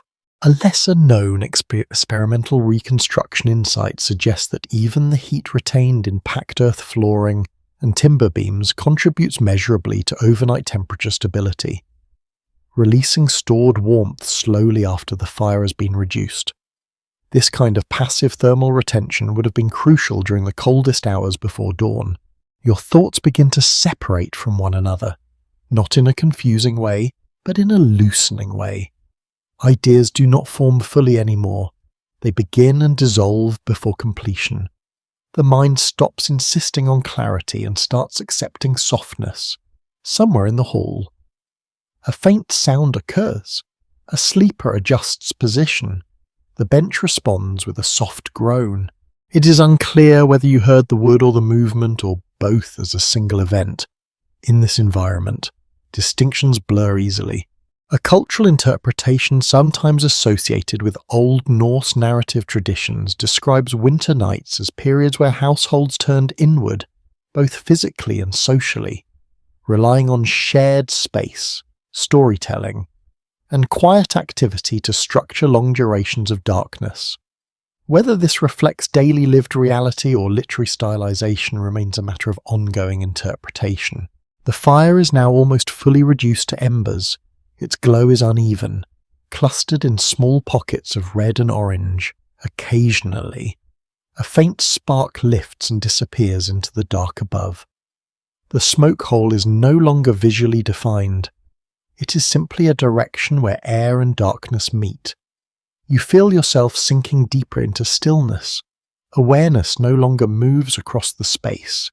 It stays close to your body. Breath, warmth, fabric, the sensation of being supported by something solid and familiar. A quirky archaeological observation from some excavated longhouse sites is the presence of repeated soot layering patterns on interior roof structures, which may reflect long-term fire usage and airflow behaviour over multiple seasons. While interpretations differ, these patterns remain valuable clues for understanding domestic life cycles in Viking settlements. The livestock nearby are almost completely quiet now. Their presence is still felt, but only as a subtle background rhythm of breathing and occasional shifting. Their warmth continues to contribute silently to the shared environment, even in rest. You are now very close to sleep in a complete sense. Thoughts no longer hold shape. Sensory impressions arrive and fade without forming narrative. The longhouse becomes less like a place and more like a condition you are inside of. Outside, the storm continues its slow, unwavering movement. It does not change its intention because there is no intention. It simply exists, pressing against the world while the world resists through structure and warmth. A mainstream historical fact derived from settlement archaeology is that Viking longhouses functioned as integrated domestic environments where sleeping, working, cooking, and animal sheltering all occurred within a single insulated structure designed for seasonal survival rather than compartmentalized living. Your breathing deepens slightly. The rhythm of the hall begins to merge with your own. The fire is now only memory in light form, but it still defines the center of everything. The longhouse holds steady. It does not need to change, it only needs to continue existing through the night. And that is exactly what it does. You're no longer actively listening, you're simply within it now, somewhere in the depth of the night. The longhouse feels less like a structure you're inside of and more like something that is holding you, not in a dramatic sense, but in the quiet way. Warmth, darkness, and shared breathing begin to replace the edges of individual awareness. You are asleep now, but not in a total absence of sensation. Instead, it is a lighter kind of sleep, the kind where the world continues to register in soft impressions. Heat rises and falls gently around you. The floor beneath the bench feels steady, unchanged. The air carries the faintest movement of smoke that no longer irritates or intrudes, only exists. The fire has almost fully surrendered to embers. There is no longer flame in any meaningful sense, only glowing fragments that pulse weakly in uneven clusters. Occasionally, one brightens for a moment as a pocket of air passes through, then dims again. It is not dramatic, it is patient. Outside, the blizzard continues its long, uninterrupted presence. Wind presses against turf and timber in slow, repetitive cycles. Snow accumulates against the outer walls, thickening the insulation layer that already surrounds the structure. In northern Scandinavian winters during the Viking Age, such prolonged storms were part of seasonal reality, shaping how communities organized labor. Food storage and indoor living. A well-established archaeological observation is that repeated winter occupation layers inside Viking longhouses often contain compacted organic material, ash deposits, and structural wear patterns that indicate continuous seasonal habitation over many generations, rather than sporadic use. These buildings were designed for endurance through cycles of cold, not occasional sheltering. Your sleep carries you through fragments of sensation, a shift of warmth near your shoulder, the faint creak of wood adjusting under weight, a distant sound that might be wind or might be the building itself responding to pressure. In this environment, distinction between external and internal sound becomes less relevant. Everything is part of one continuous atmosphere.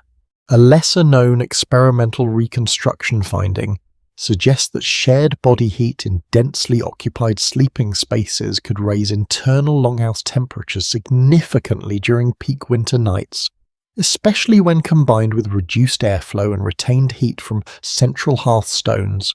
While exact figures vary, The principle of collective warmth remains consistently supported by physical modelling.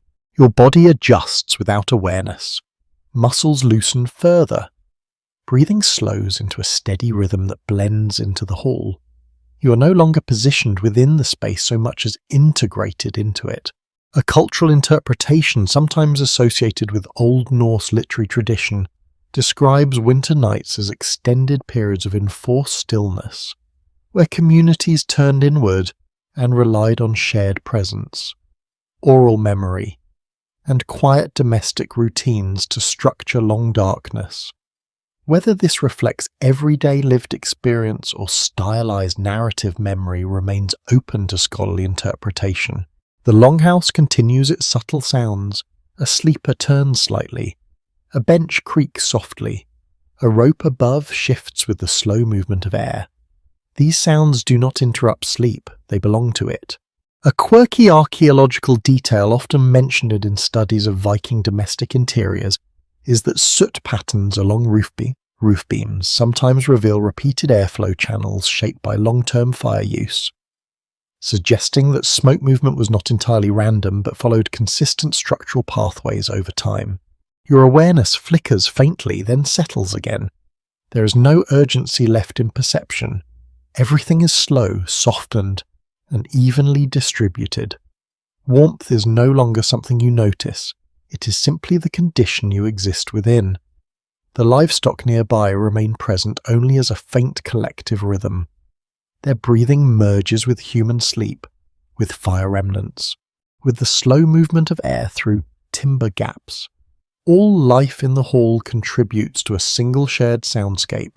A mainstream historical fact derived from settlement archaeology is that Viking longhouses often functioned as fully integrated winter living systems, combining shelter, heat management, food storage, animal housing, and social space within one continuous interior designed for survival in extreme seasonal conditions. Your mind no longer forms complete thoughts.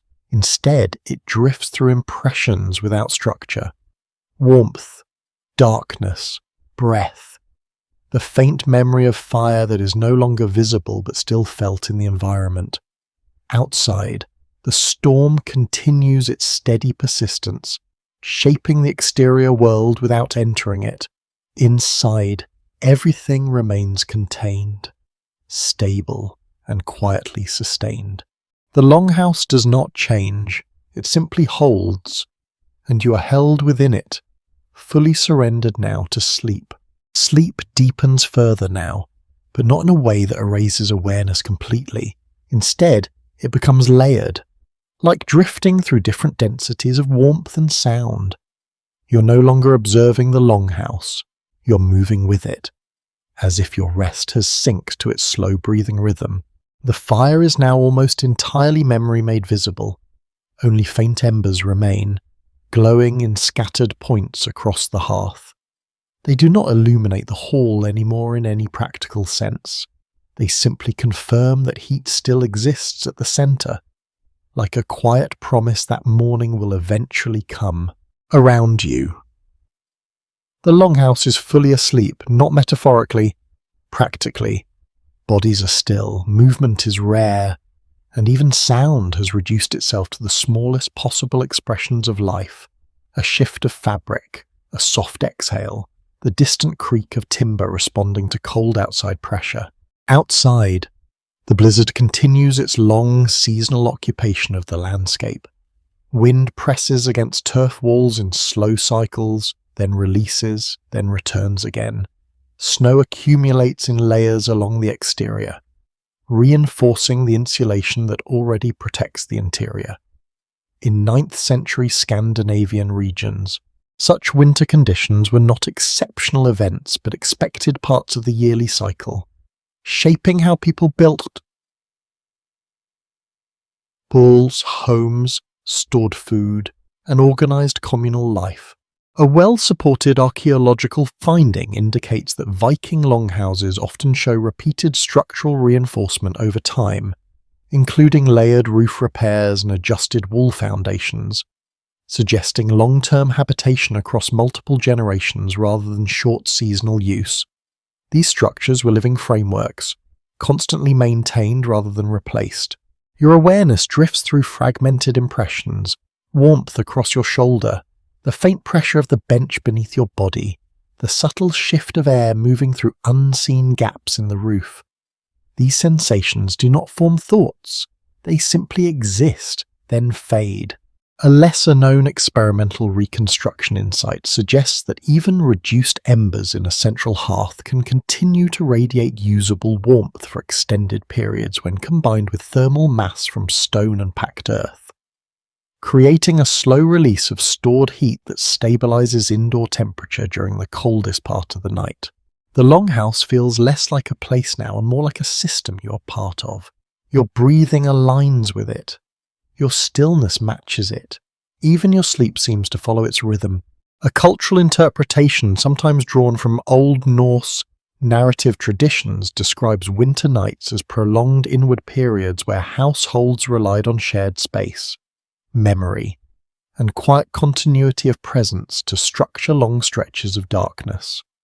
Whether this reflects daily lived practice or literary shaping remains a matter of interpretive debate among researchers. Somewhere in the hall, a sleeper shifts slightly. The sound is minimal, almost indistinguishable from the natural settling of wood under temperature change. In this environment, human presence and structural response blend together so closely that separating them becomes unnecessary. A quirky archaeological observation from excavated Viking Age longhouses notes that soot deposits on roof beams often form uneven gradients that may reflect long-term airflow patterns shaped by repeated fire use and seasonal ventilation changes. Though interpretations of these patterns remain uncertain and context-dependent, your sleep deepens again. Thoughts dissolve before they can fully form. There is no narrative structure anymore. Only sensation, warmth, darkness, stillness, breath. Each one arrives briefly and then disappears. The livestock nearby remain present only as a soft, collective rhythm. Their bodies contribute to the shared heat of the hall, continuing a pattern of interdependence between human and animal life that defines much of Viking domestic architecture during winter months. A mainstream historical fact derived from settlement archaeology is that Viking longhouses commonly functioned as integrated seasonal living environments where cooking, sleeping, animal sheltering, and food preservation all occurred within a single insulated structure designed for extended winter survival. Outside, the storm maintains its steady presence, shaping the world without entering it. Inside, the longhouse continues its quiet internal stability, holding warmth in, holding cold out, and holding life together through the long hours of night. You are no longer consciously present within the space. You are simply resting inside it, carried by its temperature, its sound, and its slow persistence. Everything continues gently, without interruption, until morning begins to approach somewhere beyond awareness. Sleep now becomes the dominant reality, and everything else is only a faint echo inside it. The longhouse no longer feels like something you are inside of. It feels like something you are part of, like your rest has been folded into its structure, and the structure itself is resting too. The embers in the hearth are barely visible now. They are not lighting the space anymore, only marking where heat once gathered most strongly. Occasionally, a faint pulse of orange appears when air shifts through the ash, then fades again almost immediately. The fire has stopped acting like a presence and become more like a memory that refuses to disappear entirely. Around you, sleep is complete for most of the hall. Bodies are still, faces turned into furs, limbs relaxed into positions shaped by exhaustion and warmth. The longhouse holds them all without distinction, without urgency. It does not need to do anything more than remain intact.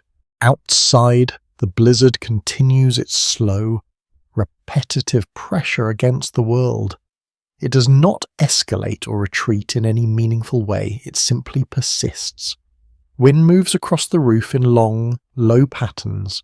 Snow gathers in uneven layers along the exterior walls. thickening the insulation that already protects the interior.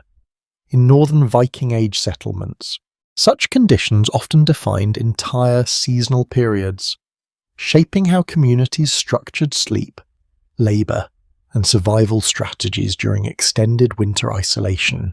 A well-grounded archaeological observation shows that Viking longhouses frequently contain evidence of long-term adaptive maintenance, including patched turf walls, reinforced roof supports, and repeated fire layer deposits that indicate continuous use across generations. These buildings were not static shelters. They were evolving systems shaped by repeated winters.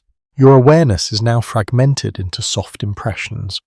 Warmth along your side, the faint pressure of the bench beneath your body, the distant sense of air moving through the structure. None of these form complete thoughts. They appear and dissolve like passing sensations without narrative. A lesser-known experimental reconstruction insight suggests that the thermal mass of longhouse materials, especially packed earth floors and heavy timber beams, plays a significant role in stabilizing nighttime temperatures by slowly releasing stored heat long after the central fire has diminished. The sense of time is no longer structured. It no longer moves forward in clear steps. Instead, it feels layered and diffuse, like overlapping currents that never fully resolve into direction. A cultural interpretation sometimes associated with Old Norse literary tradition describes winter nights as extended periods of inward living, where households relied on shared presence, oral memory, and quiet domestic rhythms to navigate long stretches of darkness. Whether this reflects everyday reality or narrative stylization remains an open question in academic discussion.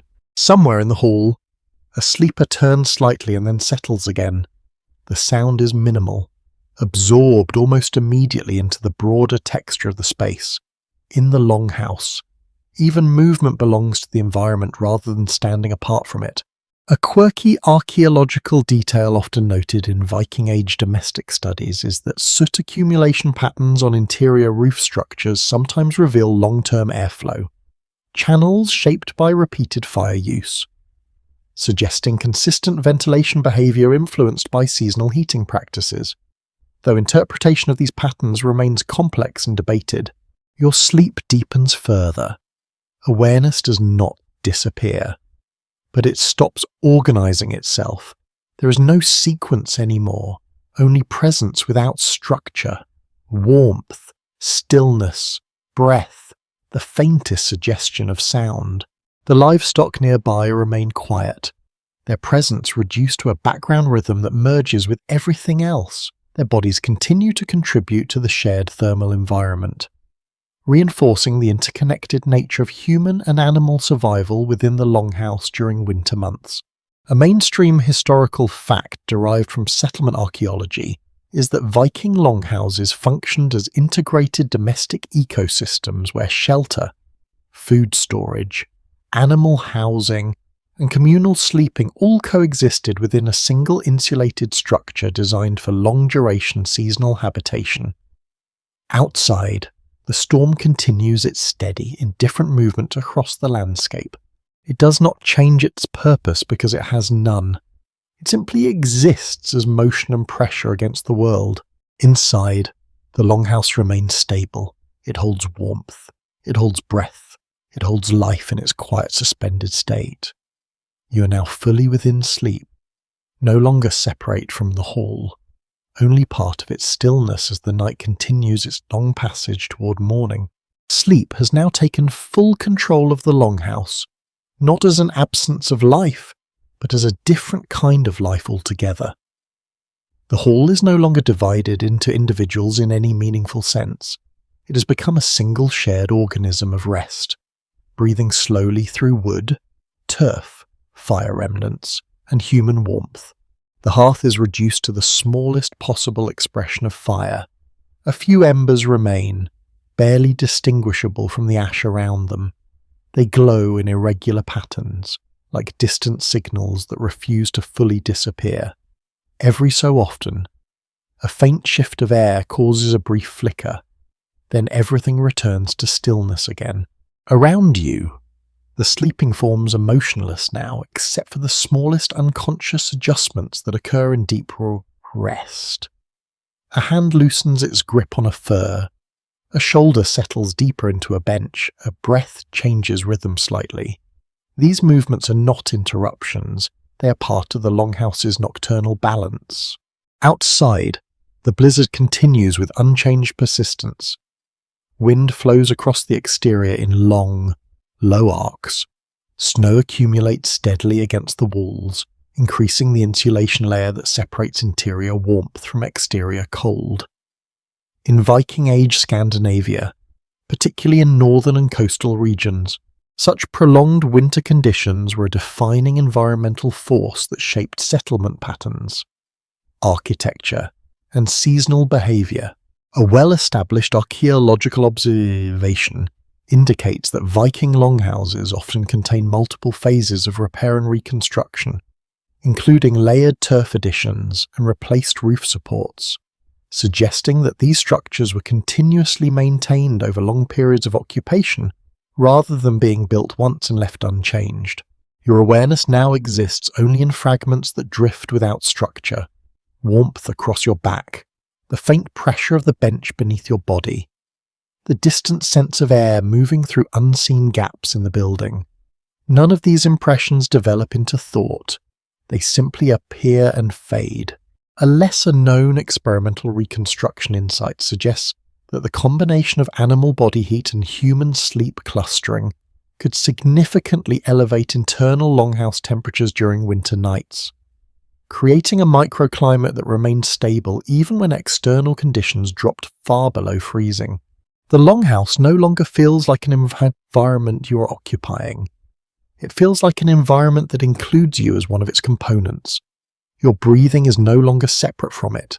It is part of it. Your stillness is not individual, it is shared.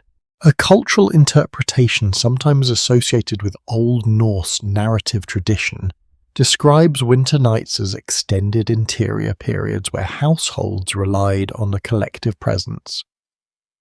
Oral storytelling and quiet shared routines to endure long darkness. Whether this reflects daily lived structure or literary shaping remains a topic of ongoing scholarly interpretation. Somewhere in the hall, a sleeper shifts slightly and becomes still again. The sound is almost indistinguishable from the slow settling of timber under cold stress in this space. Human movement and structural movement blend into a single acoustic layer. A quirky archaeological observation from Viking Age longhouse excavations notes that soot deposits on roof beams and smoke holes often form uneven gradients that may reflect long-term airflow patterns shaped by repeated seasonal fires. Though interpretations of these patterns remain complex and sometimes contradictory, your sleep deepens again. Awareness no longer follows sequence. It moves in soft pulses of sensation without continuity. Warmth, darkness, breath.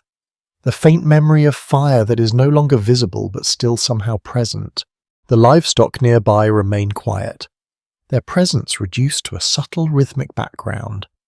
Their bodies continue to contribute to the shared thermal environment of the hall, reinforcing the interdependence between human and animal survival during winter months in Viking Age domestic spaces.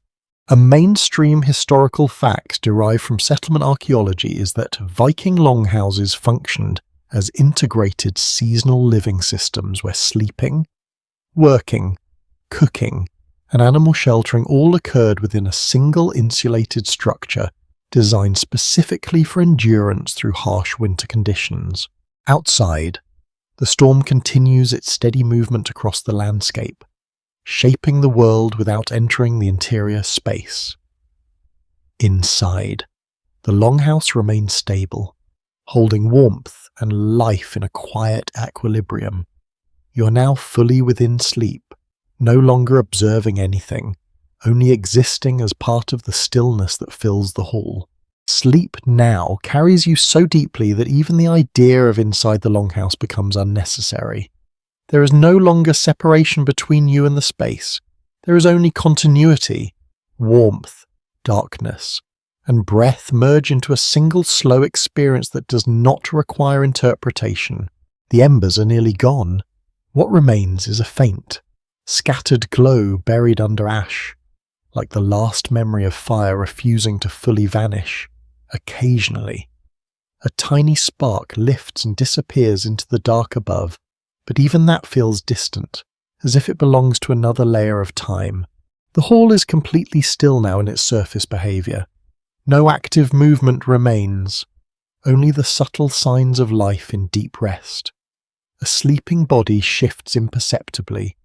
A fur compresses slightly under weight. A long exhale passes into the smoky air and dissolves without echo.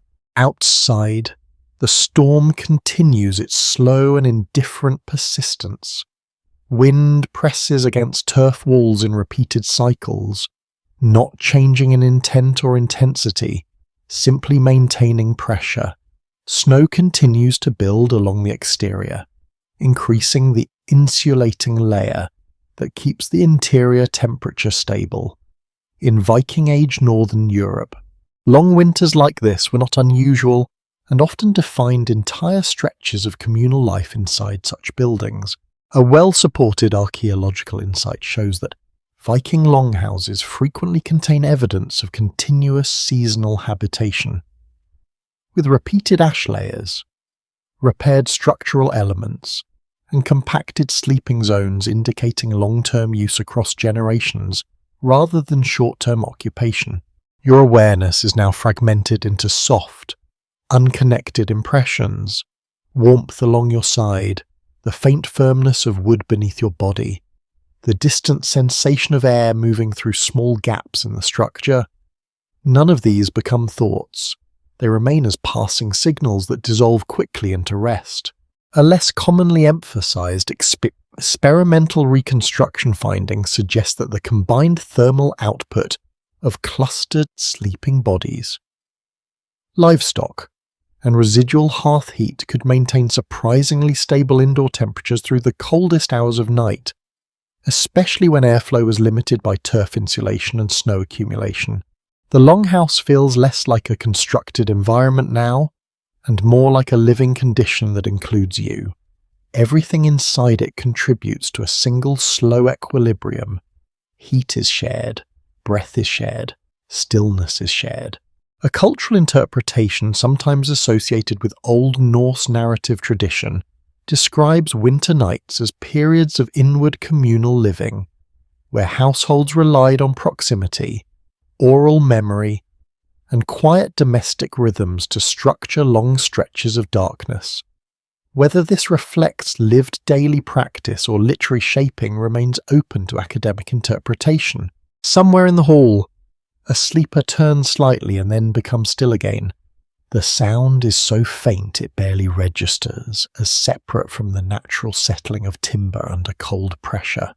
In this environment, human presence and structural response are almost indistinguishable.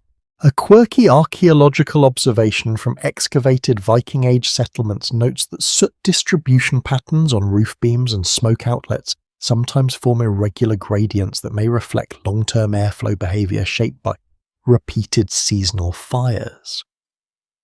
Though interpretations of these patterns remain complex and not fully standardised across sites, your sleep deepens further. There is no longer any narrative structure in awareness, only isolated sensations that appear and fade without sequence. Warmth, darkness, breath, the impression of being held. The livestock nearby remain quiet, their presence reduced to a subtle rhythm of life that continues beneath sleep. Their warmth contributes silently to the overall thermal stability of the hall, reinforcing the interconnected domestic system typical of Viking longhouse environments. A mainstream historical fact derived from settlement archaeology is that Viking longhouses were multifunctional domestic ecosystems where sleeping, food preparation, animal sheltering, and storage coexisted within a single insulated structure designed for sustained survival through extreme seasonal conditions. Outside, the storm continues its steady movement across the landscape, shaping the environment without entering it, Inside, everything remains stable, unified, and quietly sustained. You are no longer aware in any structured way. You are simply part of the Longhouse's stillness, carried forward in deep sleep as the night continues toward its final hours. The night has now reached its most indistinct phase, where even sleep feels like something without edges. You are no longer drifting into it. You are fully inside it, as if awareness itself has dissolved into the Longhouse and taken on its temperature, its stillness, its slow and steady rhythm. The hearth is almost completely extinguished. What remains is a faint buried glow, barely visible unless the darkness shifts just right. No flame, no movement, only the quiet persistence of heat stored in ash and stone. It is enough, just enough to keep the idea of fire alive without needing its form. Around you, the hall is still in the deeper sense, not empty, but complete in its rest. Bodies lie in layered arrangements along the benches, covered in furs and woven textiles. The Longhouse does not distinguish between individuals now. It holds them collectively, evenly, as part of a shared thermal field. Outside, the blizzard continues its long passage across the landscape.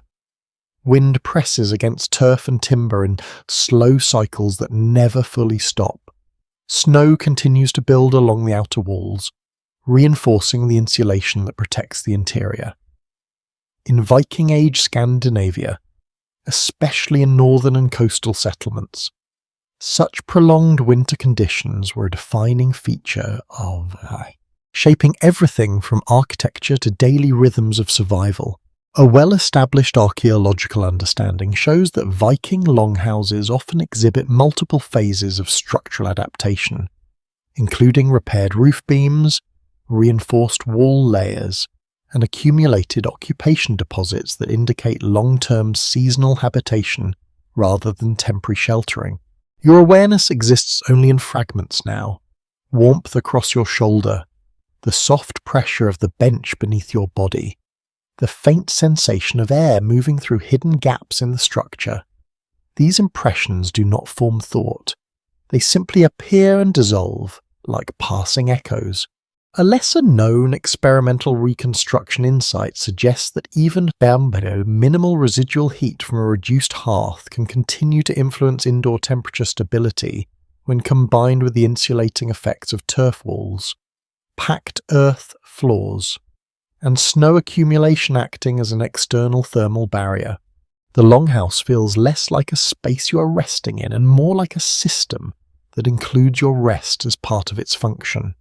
Sleep is no longer individual, it is distributed across the hall, shared through proximity and warmth.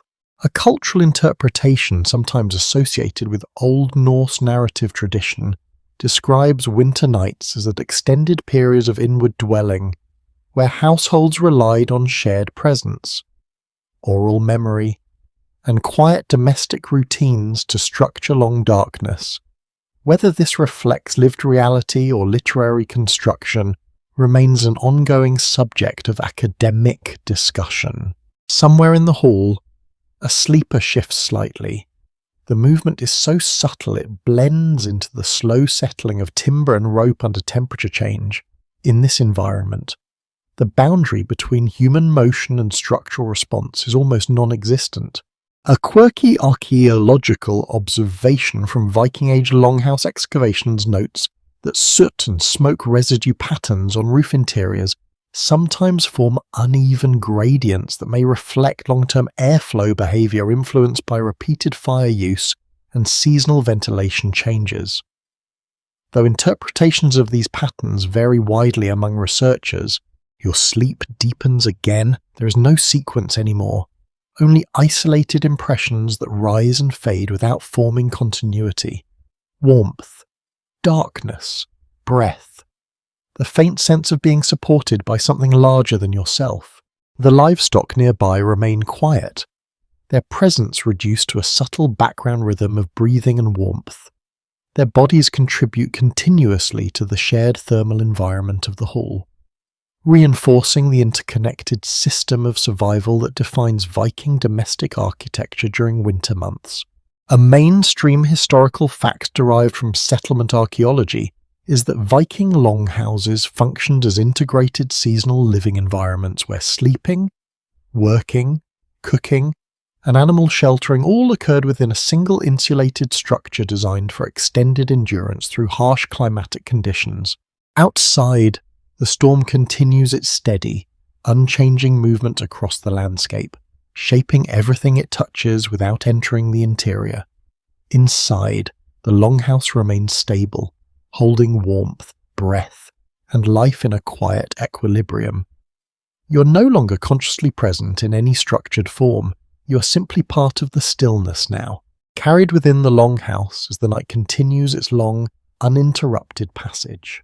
Sleep deepens into something even quieter now, where awareness is no longer something that fades or returns, but something that simply stops needing to exist in any organized form. There is no sense of watching the longhouse anymore.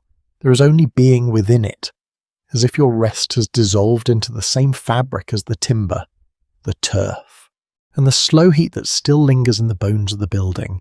The hearth is now fully reduced to ash and dim embers. Any glow that remains is accidental rather than active, appearing only when the darkness shifts or when a faint draught moves through the fire pit. The fire has stopped behaving like fire and become instead a memory of warmth embedded in stone and soot. The hall is at its most complete stillness, not emptiness, but fullness of rest. Every sleeping form contributes to the overall atmosphere without distinction. Bodies are no longer perceived individually. They are part of a single resting pattern stretched across benches, floors, and layered furs. Outside, the blizzard continues its uninterrupted presence. Wind moves across the longhouse in slow, repetitive pressure waves. Snow accumulates steadily along the exterior walls, thickening the natural insulation that already protects the interior. In northern Viking Age settlements, especially those in exposed coastal or inland regions, such winter conditions were a constant shaping force on architecture and daily life.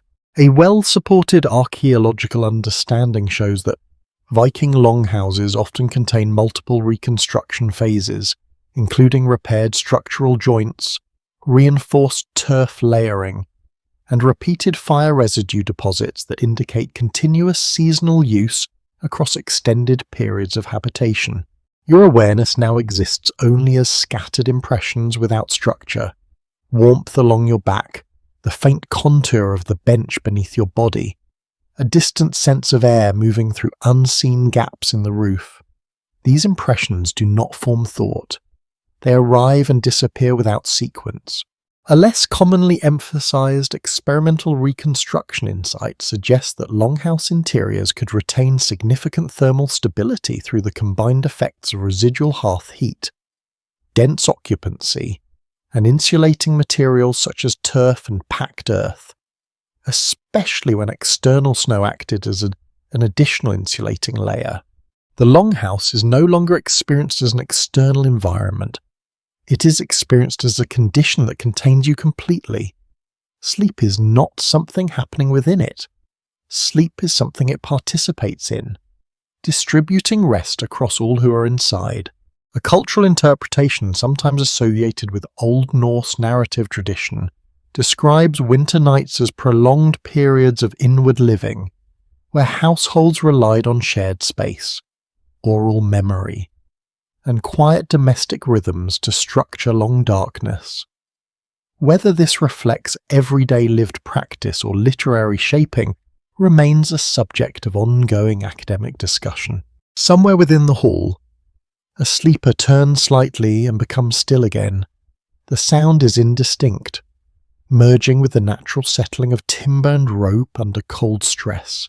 In this environment, human movement and structural adjustment are nearly indistinguishable. A quirky archaeological observation from Viking Age longhouse excavations notes that soot accumulation patterns along roof interiors sometimes form irregular gradients that may reflect long-term airflow dynamics, influenced by repeated seasonal fire use and ventilation through roof openings. Though interpretations of these patterns remain complex and vary across research approaches, your sleep deepens further. There is no longer any narrative structure to awareness, only isolated sensations that appear and dissolve without connection. Warmth, darkness, breath, the faint sense of continuity without form. The livestock nearby remain quiet, their presence reduced to a soft and steady background rhythm. Their warmth continues to contribute to the shared thermal environment of the hall, reinforcing the interconnected system of survival typical of Viking domestic longhouse design during winter seasons. A mainstream historical fact derived from settlement archaeology is that Viking longhouses functioned as integrated seasonal ecosystems where sleeping, cooking, storage, and animal sheltering all coexisted within a single insulated structure designed for endurance through extended cold periods. Outside, the storm continues its steady and indifferent movement across the landscape. It shapes the world without entering the interior space. Inside, everything remains unified, stable, and quietly sustained. You're no longer present as an observer. You're only part of the stillness now, carried forward in deep sleep as the night continues its final, uninterrupted passage. Sleep has now become so complete that even the idea of night feels unnecessary. There is no longer a sense of beginning or duration, only a continuous, soft state in which warmth, breath, and darkness exist without separation or direction. The hearth is fully surrendered to ash. What remains is not fire, but the faint memory of combustion, embedded in charcoal and stone. On rare moments, when air shifts through the pit, a dim ember might briefly respond, but even that feels like an echo rather than an action. The longhouse is now entirely still in its surface behaviour. No active movement remains, only the quiet signs of deep collective rest.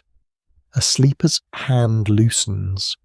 A fur settles deeper into folded layers. A faint exhale passes through the smoky air and disappears without trace. The building absorbs all of it without distinction. Outside, the blizzard continues its long, patient presence. Wind moves across the structure in slow cycles of pressure and release. Snow accumulates along the outer walls, thickening the insulating barrier that separates interior warmth from exterior cold. In Viking Age northern environments, especially in exposed coastal and inland regions, such winter conditions were a defining seasonal force shaping settlement design and domestic survival strategies. A well-established archaeological perspective notes that Viking longhouses often show repeated structural modifications over time, including layered turf repairs, replaced timber supports, and accumulated interior deposits that reflect long-term seasonal habitation rather than temporary or occasional use. Your awareness now exists only in faint, disconnected impressions, warmth along your side, the soft firmness of the bench beneath your body, a distant sense of air circulating through unseen gaps in the roof structure. None of these become thoughts. They remain isolated sensations that dissolve before forming continuity. A less frequently emphasized experimental reconstruction insight suggests that longhouse interiors could maintain relatively stable nighttime temperatures through the combined effects of residual hearth heat, dense human and animal occupancy, and the insulating properties of turf walls and snow accumulation acting as an external thermal buffer. The longhouse is no longer experienced as a place. It is experienced as a condition of sustained rest. Sleep is not happening inside it. Sleep is distributed through it, shared across every body, every beam, every layer of stored heat.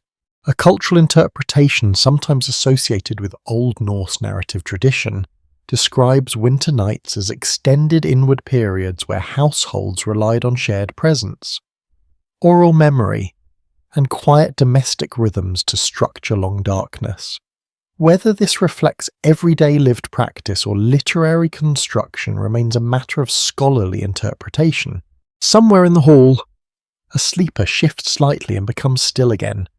The movement is so subtle it merges with the natural settling of timber and rope under cold pressure.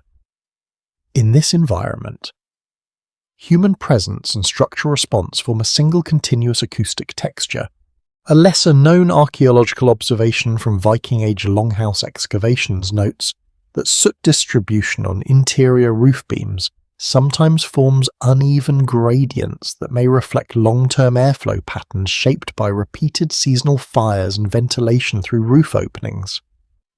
Though interpretations of these patterns vary significantly among researchers, your sleep deepens further. There is no sequence left in awareness, only isolated impressions that rise and fade without connection. Warmth, darkness, breath, the faint suggestion of continuity without structure. The livestock nearby remain quiet, their presence reduced to a soft background rhythm of life. Their warmth continues to contribute silently to the shared thermal environment of the hall, reinforcing the interconnected domestic system that defines Viking Longhouse survival during winter months. A mainstream historical fact derived from settlement archaeology is that Viking longhouses functioned as integrated seasonal living environments where sleeping, cooking, animal sheltering, and food storage coexisted within a single insulated structure designed for prolonged endurance through harsh climatic conditions. Outside, the storm continues its steady, indifferent movement across the landscape, shaping everything it touches without entering the interior. Inside, the longhouse remains stable, unified, and quietly sustained. You're no longer present as awareness in any structured sense. You're simply part of the stillness now, carried forward in deep sleep as the night continues toward its final hours. Sleep now feels complete in a way that no longer needs definition. There is no longer a sense of drifting toward it or falling deeper into it. It is simply what remains when everything else is softened and dissolved. The longhouse, the storm, the fire, and even the idea of night all exist only as distant impressions without shape. The hearth is now fully quiet. No glow, no movement, only ash and the faint imprint of heat that once gathered there. Occasionally, something in the darkness shifts just enough that you imagine a memory of light, but it passes before it can become real. The fire has not died suddenly. It has simply finished its role for the night.